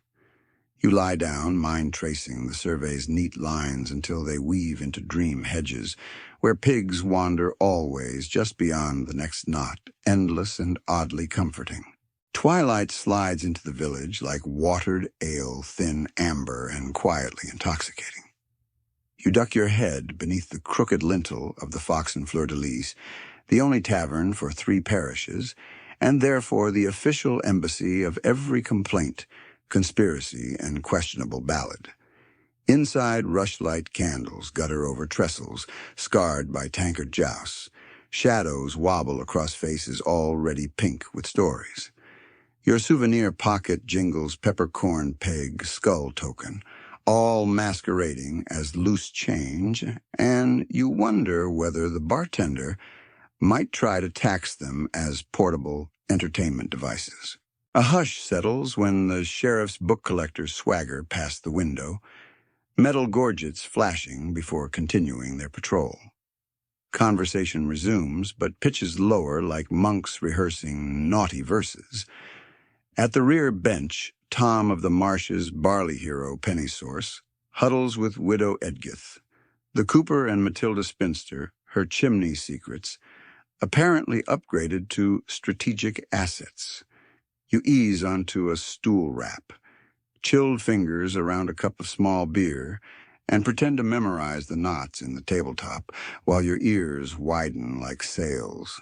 Tom jabs a finger at a scrap of parchment stained with cider. New poll penny next quarter, he mutters. Every soul above 15 summers rich, poor goose-tamer alike. Mainstream historical fact. The 1381 poll tax charged a flat rate of 12 pence per adult, sparking the peasants' revolt when collection turned brutal. Tonight's rumor pegs the rate at a modest 4 pence, enough to sting, but not bleed. Still stings multiply, and the Fox and Fleur-de-Lis is buzzing louder than your old tithe barn bees. Matilda slides a clay token across the table, a crudely carved fox head. Password, she says. Show at the mill bridge come St. Barnabas's Eve. You notice a second mark, a slanted chimney etched behind the fox, her signature flare. Quirky tidbit. Clandestine tokens doubled as tavern currency in some Kentish villages. Rebels paid for ale with homemade slugs to save real coins for arms.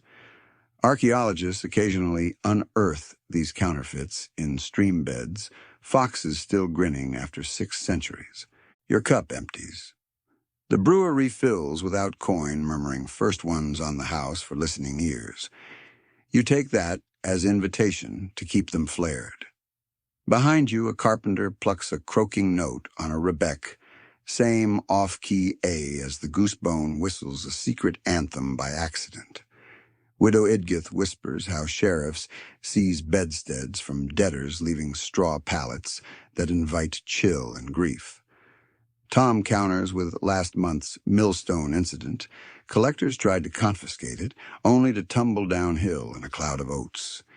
Section 1's joke turned slapstick reality. Joke 1. You picture the tally stick lodged someplace anatomically educational and nearly choke on beer fizz. A short man in clerical gray, Brother Wulfric of the Single Turnip, leans in, sliding a palm-sized codex across the table.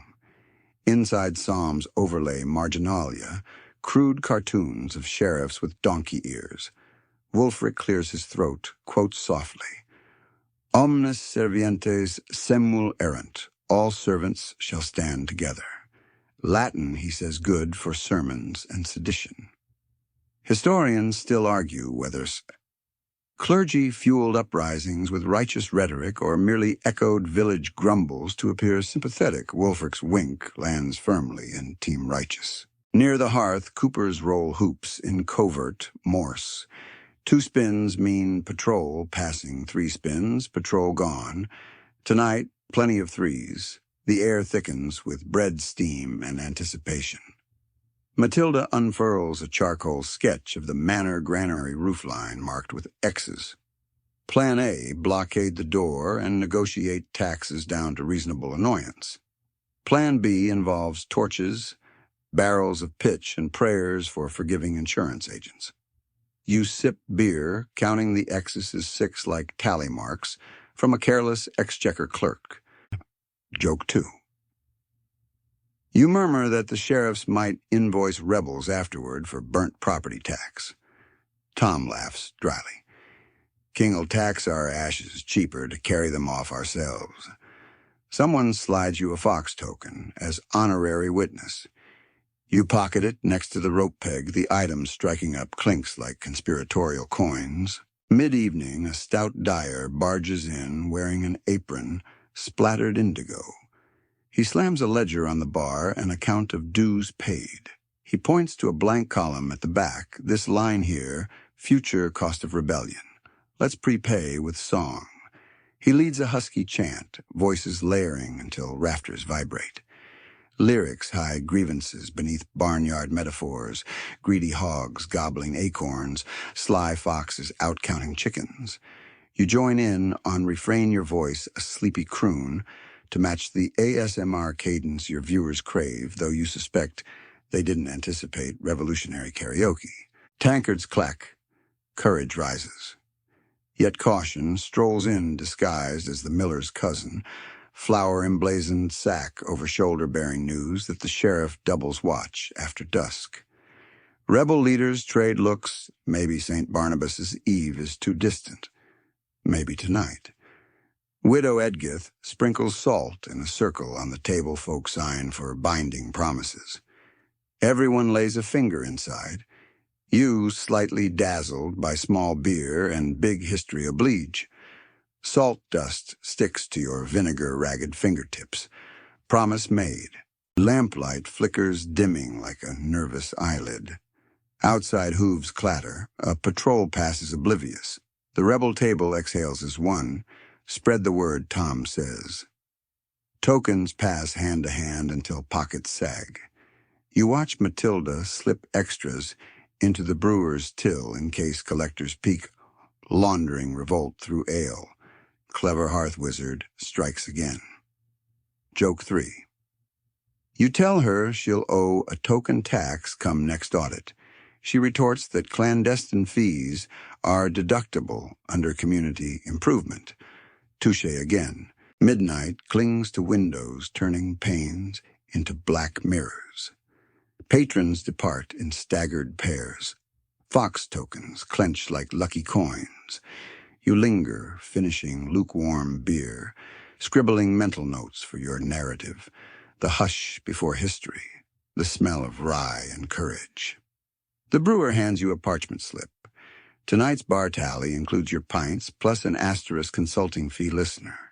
You pay in silver slag shard. He tests weight, nods rebellion. Economics accepts strange currency. Stepping into the chill, you tuck the fox token into your ever-growing reliquary. Souvenirs jangle, beeswax lace, peppercorn, silver plague, token rope peg now foxhead. Quite the treasury for a sleepy storyteller.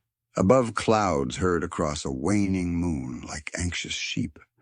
Somewhere beyond the hedgerows, pigs snuffle. Beyond them, survey pegs stand like mute sentries. Tomorrow, those pegs may guide pitchforks instead of ropes, and the checkerboard might tally broken tax pouches. Open scholarly debate phrase floats across your thoughts. Historians still argue whether grassroots rebellions erupt from sudden sparks, poll pennies, rude sheriffs, or from slow embers of generational simmer.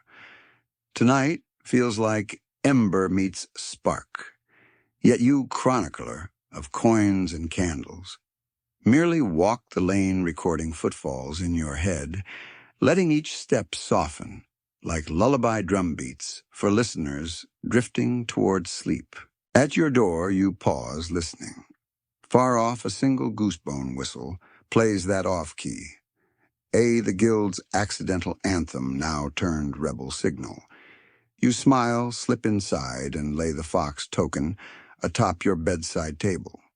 Sleep gathers, threaded with whispered plans, counting not sheep but pennies, ropes and wooden tokens painted like freedom in miniature. Roosters crow somewhere behind the abbey wall, but the sound arrives muffled as if the dawn itself tiptoes out of respect for ledgers not yet balanced. You shoulder the small, iron-bound chest of crusade silver, its weight, equal parts metal and memories, and follow a novice through cloisters where dew beads on stone like unshed arithmetic. A carved lintel declares, ora et computa, pray and compute, and you step into the accountant monk's domain, already scented with warm parchment candle wax and something gloriously dairy-rich. Your souvenir pocket fox token and peppercorn rattling in cahoots feels suddenly amateur next to the treasury you're about to witness. Inside the scriptorium resembles a beehive designed by a mathematician. Long desks stretch beneath vaulted ribs, each desk hosting two monks, one chanting numbers, the other copying them, voices and quills keeping time like twin gears. Their habits, once bone white, have surrendered to smudges of lampblack and indigo. It's as if the ink retaliated for centuries of discipline. Mainstream historical fact. Many late medieval monasteries ran camera computorum accounting rooms where brothers tracked estates, rents, even export duties, functioning as multinational corporations in woolen robes. You glance at a tally board where columns gleam with shell gold headings, tithes, tallage obits, obedientiaries. Brother Petrus' ink splatter from nostril to hem greets you with a grin bright enough to ignite vellum. He offers to receipt the war chest, but first insists on Matins math warm-ups, rapid-fire edition of barley quotas from 3 shires. You half listen. Numbers now swirl in your dreams anyway. 16 quarters. 4 bushels, he ends, sliding the parchment to Brother Alabran, who immediately divides by tenants, until each name owns a fraction of grain more precise than sawdust. As you unlatch the chest, silver ingots catch lamplight flaring like miniature dawns. Monks lean in, breath-held quills poised. They measure each bar on a brass steelyard suspended from a wrought iron crane. The steelyard's arm quivers, and Brother Alibrand steadies it with the same tenderness one uses to hush a violin. 9 ounces, 7 pennyweights, he murmurs. The scribe records Dip's quill dotting the I with a flourish that looks suspiciously like a tiny goose. Perhaps Guildhall humor has infiltrated holy walls. A low gong signals cheese break. 2 lay brothers wheel in a cart stacked with wheels of cheddar, rinded in mottled gray and smelling of buttered thunder. Quirky tidbit.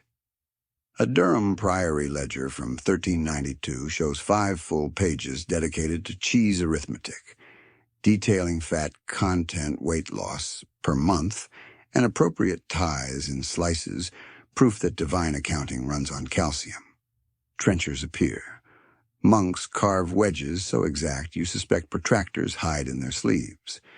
You accept a slice, noting how the warmth of your fingertips releases grassy notes that mingle with silver's cold metallic edge. Joke 1. You remark the cheese wheel is round enough to pass for coin. Brother Petrus replies they tried, but the mint complained it melted in pockets. Back to work. A discussion flares over whether the rebellion rumors surfacing in taverns, yes, your fox and fleur-de-lis hush require provisioning extra alms for widow relief. Numbers volley like shuttlecocks. One monk cites last year's famine subventions. Another warns of fox tokens circulating as shadow currency. You cough politely, hiding the token in your fist, as though it might glow incriminating red. Historians still argue whether monastic charities quelled dissent or simply documented it. Each alms roll a seismograph of social tremors. Brother Alibrand introduces a new column labeled Expensae Pacis, costs apiece. He proposes setting aside 1 ingot per 100 for emergency bread and slyly cheese. A senior prior questions the math, sparking the great Gouda debate. Does softer cheese require larger contingency because it spoils faster? Joke 2. You suggest a sliding scale. Hard cheese, low risk. Soft cheese, danger pay. Laughter ripples, ink blobs spatter, and one novice nearly snorts lamp oil through his nose. The conversation shifts to ledger techniques. Brother Petrus unveils a parchment showing double column entries, debits, left, credits, right. White nuns in Bruges use this, he notes. Faster audits, fewer miracles required. You recognize nascent double-entry bookkeeping centuries before spreadsheets.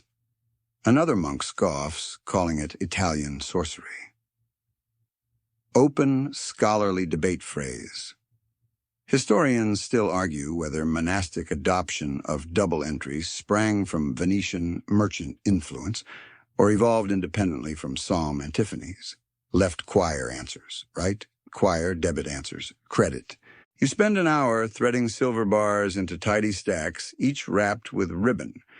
Dyed woad blue anti-theft, blue fingers betray thieves. Brother Alibrand embosses every ribbon with a miniature tally stick. Section 1, Nostalgia in wax. Checking totals, he discovers a discrepancy of 1/2 pennyweight.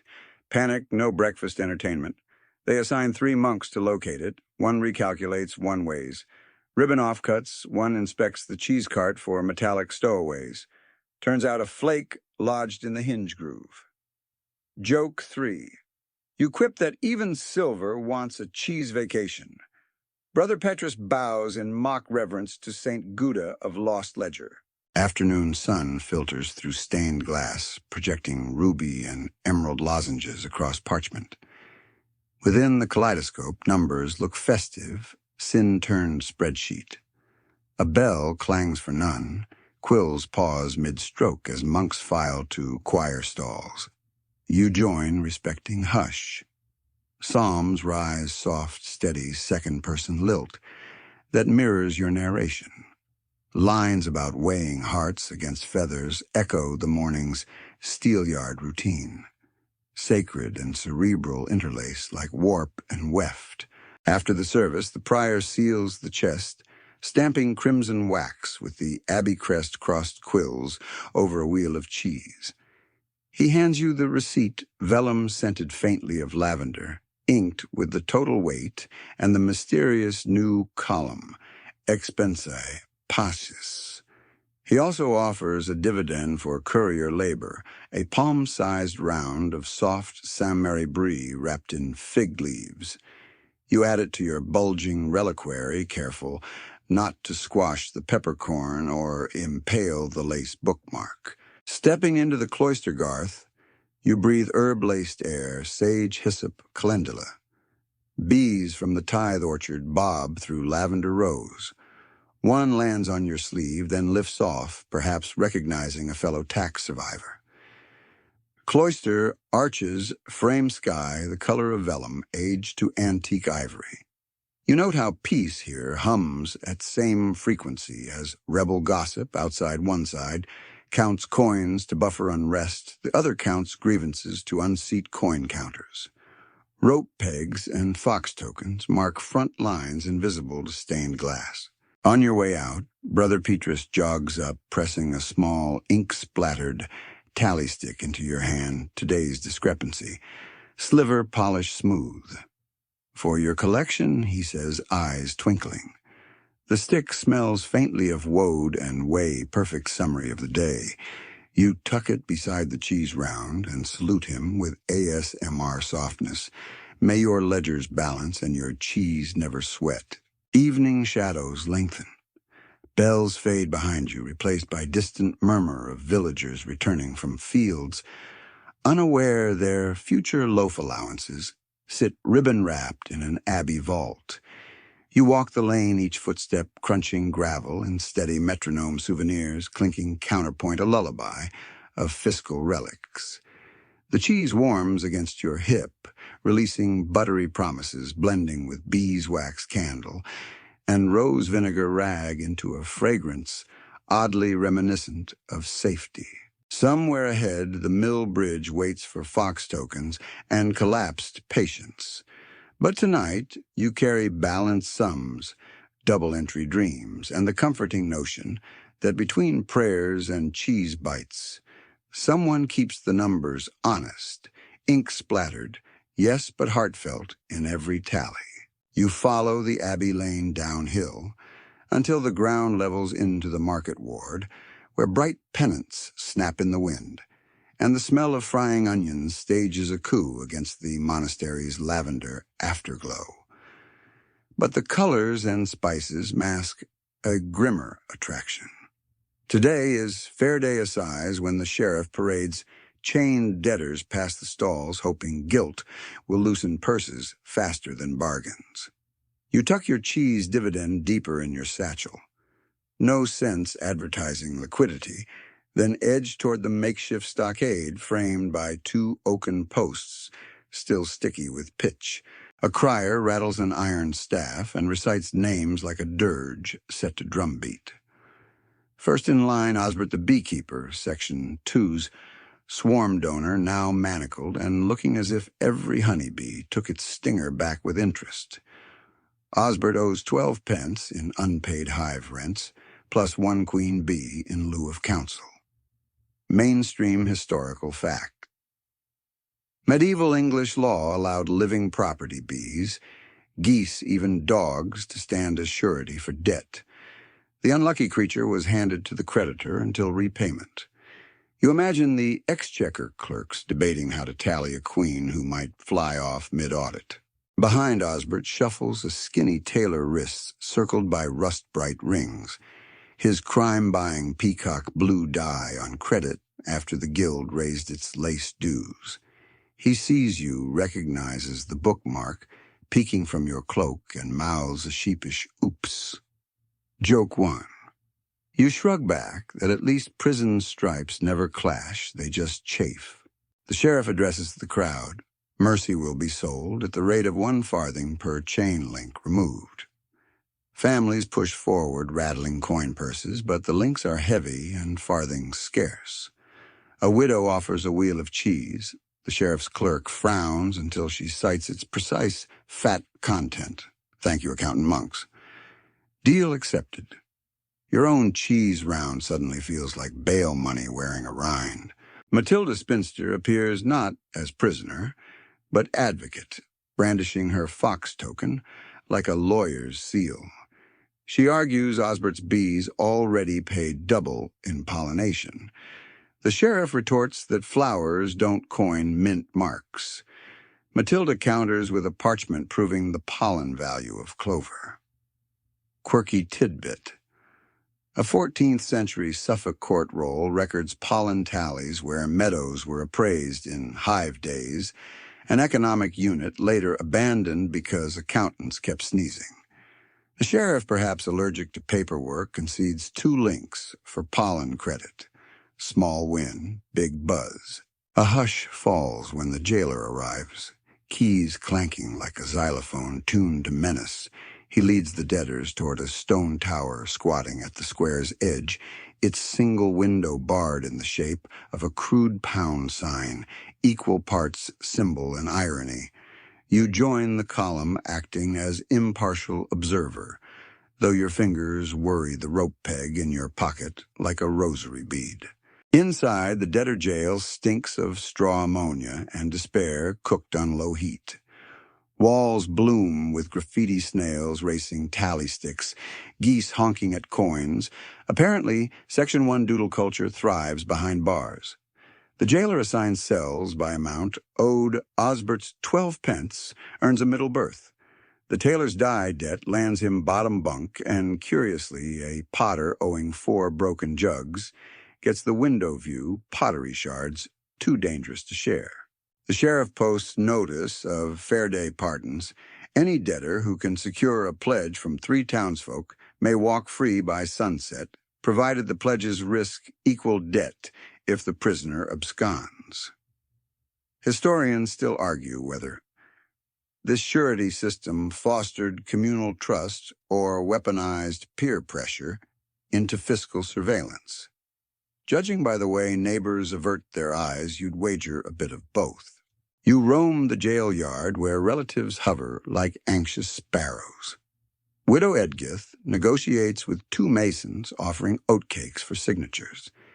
They counter with promises of future chimney repairs. Apparently, her secret flu reputation precedes her. Joke 2. You quip she could sell chimney blueprints as luxury ventilation. She laughs, patent pending. Osbert's wife arrives with a basket humming louder than the market bells she's brought the replacement queen, encased in sugar syrup and righteous indignation. The sheriff's clerk, fearing escape by air, refuses the insect collateral. Matilda winks and swaps in your peppercorn souvenir as royal spice token, claiming Venice rates it at 1 penny a sniff. The clerk nose, still bruised from plague vinegar, waves consent, just to make the smell disappear. Pepper-powered bail unexpected synergy. The tailor's prospects dim until Brother Wulfric materializes, brandishing the donkey-eared codex. He offers a sermon voucher, 4 homilies on thrift for each pledgee. 2 shopkeepers eager for moral marketing sign on the spot. Tailor unshackled. He bows, whispers thanks, and slips you a thimble carved like a tally stick souvenir. Inflation continues. By late afternoon, sunlight stripes the corridor through the pound-shaped window, turning dust motes into suspended coins. The sheriff counts freed souls 9 of 12.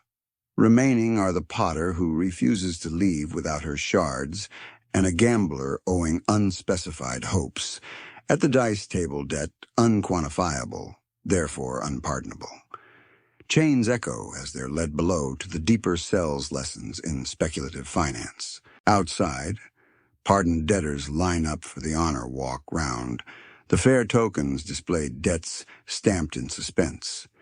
Children pelt them with flower petals, a practice meant to signify rebirth, but mostly reminds you of early access confetti.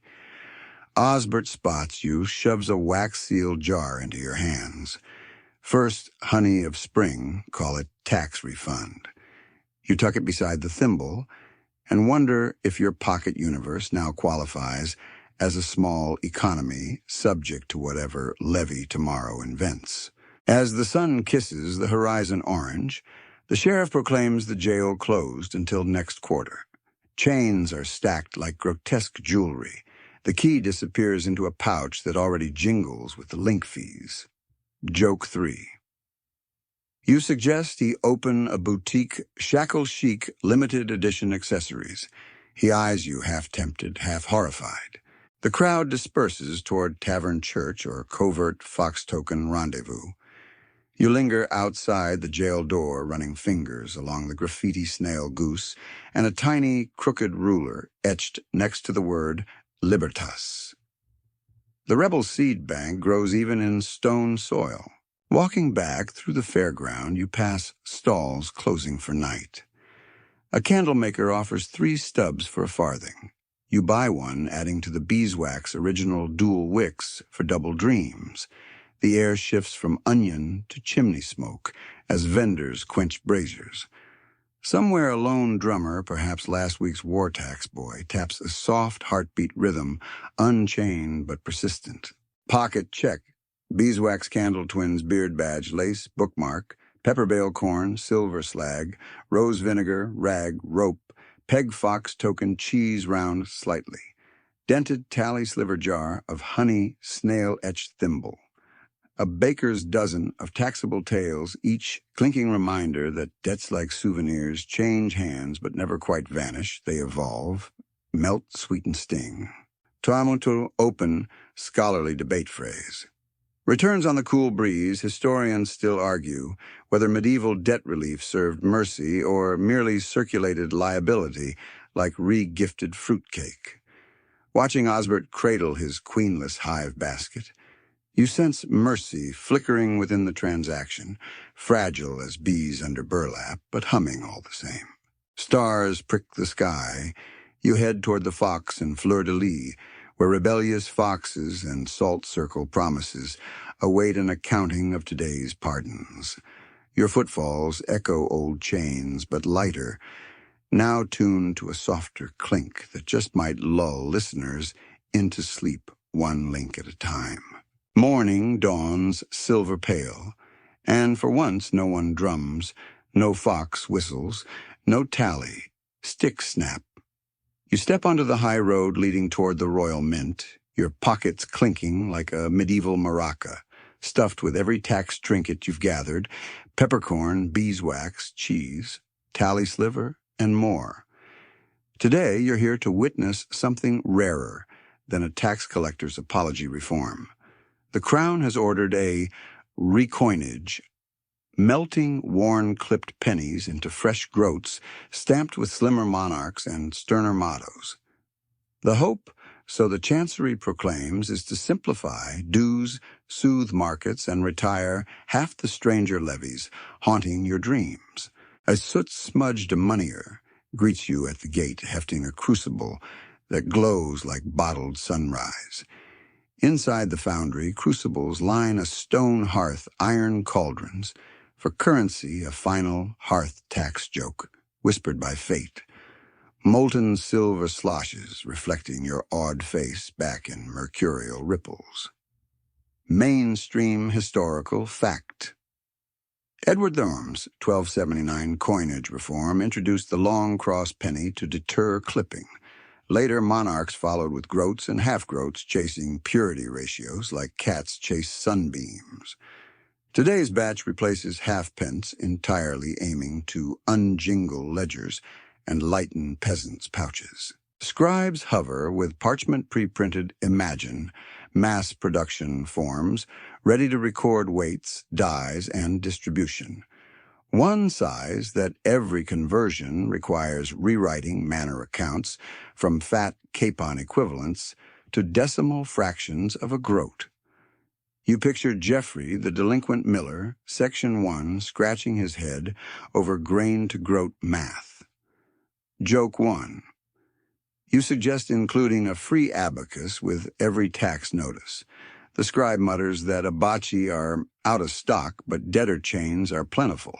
New coins slide along wooden troughs, steam puffing where water quenches metal. The clink has changed higher, cleaner, as though the kingdom just upgraded its ringtone. A clerk holds one to the light, admiring sharper lettering, proclaiming, "Facium nos novos." We make ourselves new.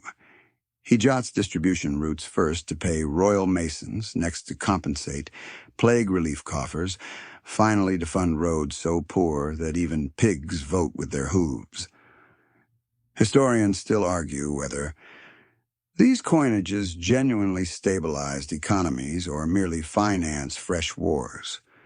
Numismatists wave purity charts, while peasants shrug shiny or dull a tax is still a tax. A master tallier invites you into the adjoining chamber, a mausoleum for tally sticks. Thousands of hazel wands lie bundled hieroglyphs of a fiscal epoch ending. Workers feed them into an iron stove, flames spitting sparks that smell of scorched sap and overdue rent. You slip your souvenir tally sliver from your pocket, suddenly precious as an extinct species, and stroke its notches before returning it to safety. Quirky tidbit.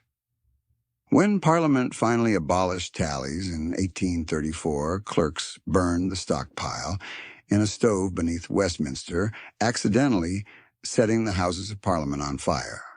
Today's smaller pyre only singes pride. Coins cool.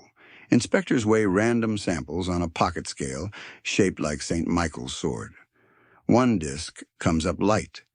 The moneyer flicks it aside into a bucket labeled Tobias. Rejects, destined to become pilgrim tokens. Joke 2. You note the bucket's name. The moneyer winks. Tobias takes the sins of metallurgy, so accountants may rejoice. Even reforms need scapegoats. By midday, carts line the yard ready to rush shiny groats to sheriffs, Reeves abbeys, and yes, those guilds with crooked rulers. Payment in kind barley bees, beards will soon be optional. Coin is king, and options cost a surcharge. Matilda Spinster, ever ahead, appears with chimney soot-black hands, trading fox tokens for new groats at a rumored 2-for-1 early investor privilege. You exchange a peppercorn and get a twinkle of silver, back the world's first spicy futures contract. The moneyer signals break.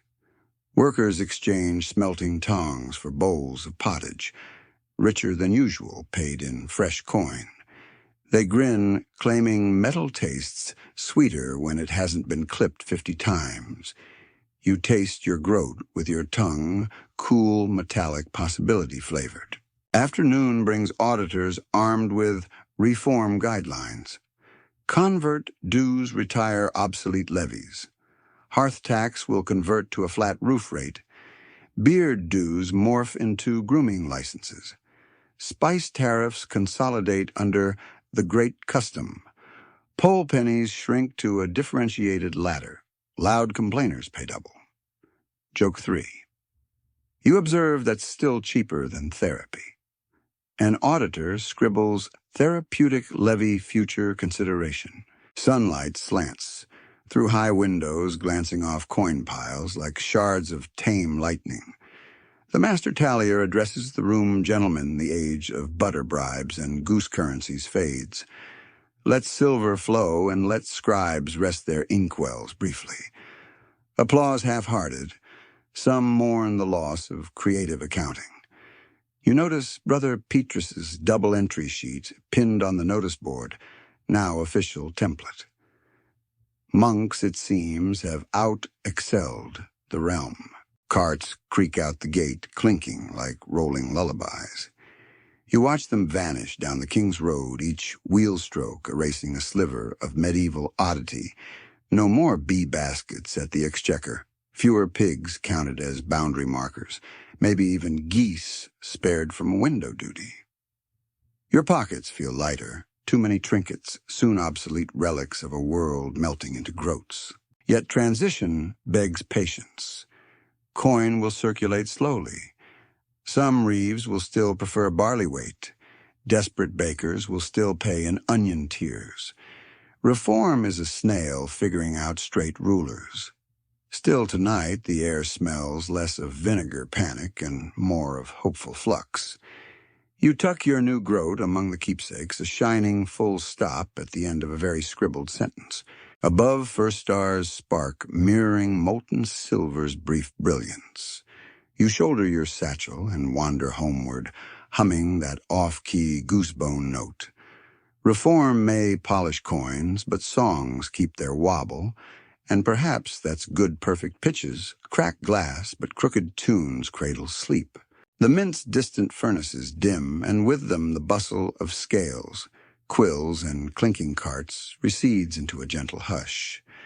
You walk a country lane now, boots brushing dewy grass, the night air cool against your cheeks. A faint scent of beeswax mingles with fresh-coined silver, carrying whispers of every place we visited, tithe barns sighing with grain guild halls, fragrant with sawdust taverns, alive with rebel salt and song. Fireflies drift among hedge shadows, tiny lanterns echoing the glow of still warm groats tucked safely in your palm. Each step lengthens into an easy, unhurried rhythm. Breath flows slow and even matching the soft rustle of leaves overhead. Far away, a single church bell marks Compline, its low note stretching like a comforting yawn across the fields. In its wake follows quiet, pure, spacious, velvety. Quiet, inviting shoulders to drop jaw, to unclench mind, to loosen its grip on tally marks and taxes owed. You pause beside a stream. Moonlight lays a silver ribbon over the water, smoother than any freshly struck coin. The breeze carries the faintest murmur, perhaps frogs, perhaps distant geese dreaming of untaxed skies. You exhale, watching the sigh ghost into cool air, and feel the weight of souvenirs settling in your pocket, like sleepy kittens, each one finding a corner to curl. Let the chill of the silver settle, then soften, then fade. Let the memory of clinks and drums blur into the steady hush of flowing water. Imagine the kingdom itself breathing slower ledgers, closed candles snuffed. Stars wheel overhead, patient and bright, untouched by dues or reforms. In their steady glow, you ease your eyes half shut, then fully allowing darkness to cradle thought and carry it gently downstream toward the quietest eddy, where only dreams collect.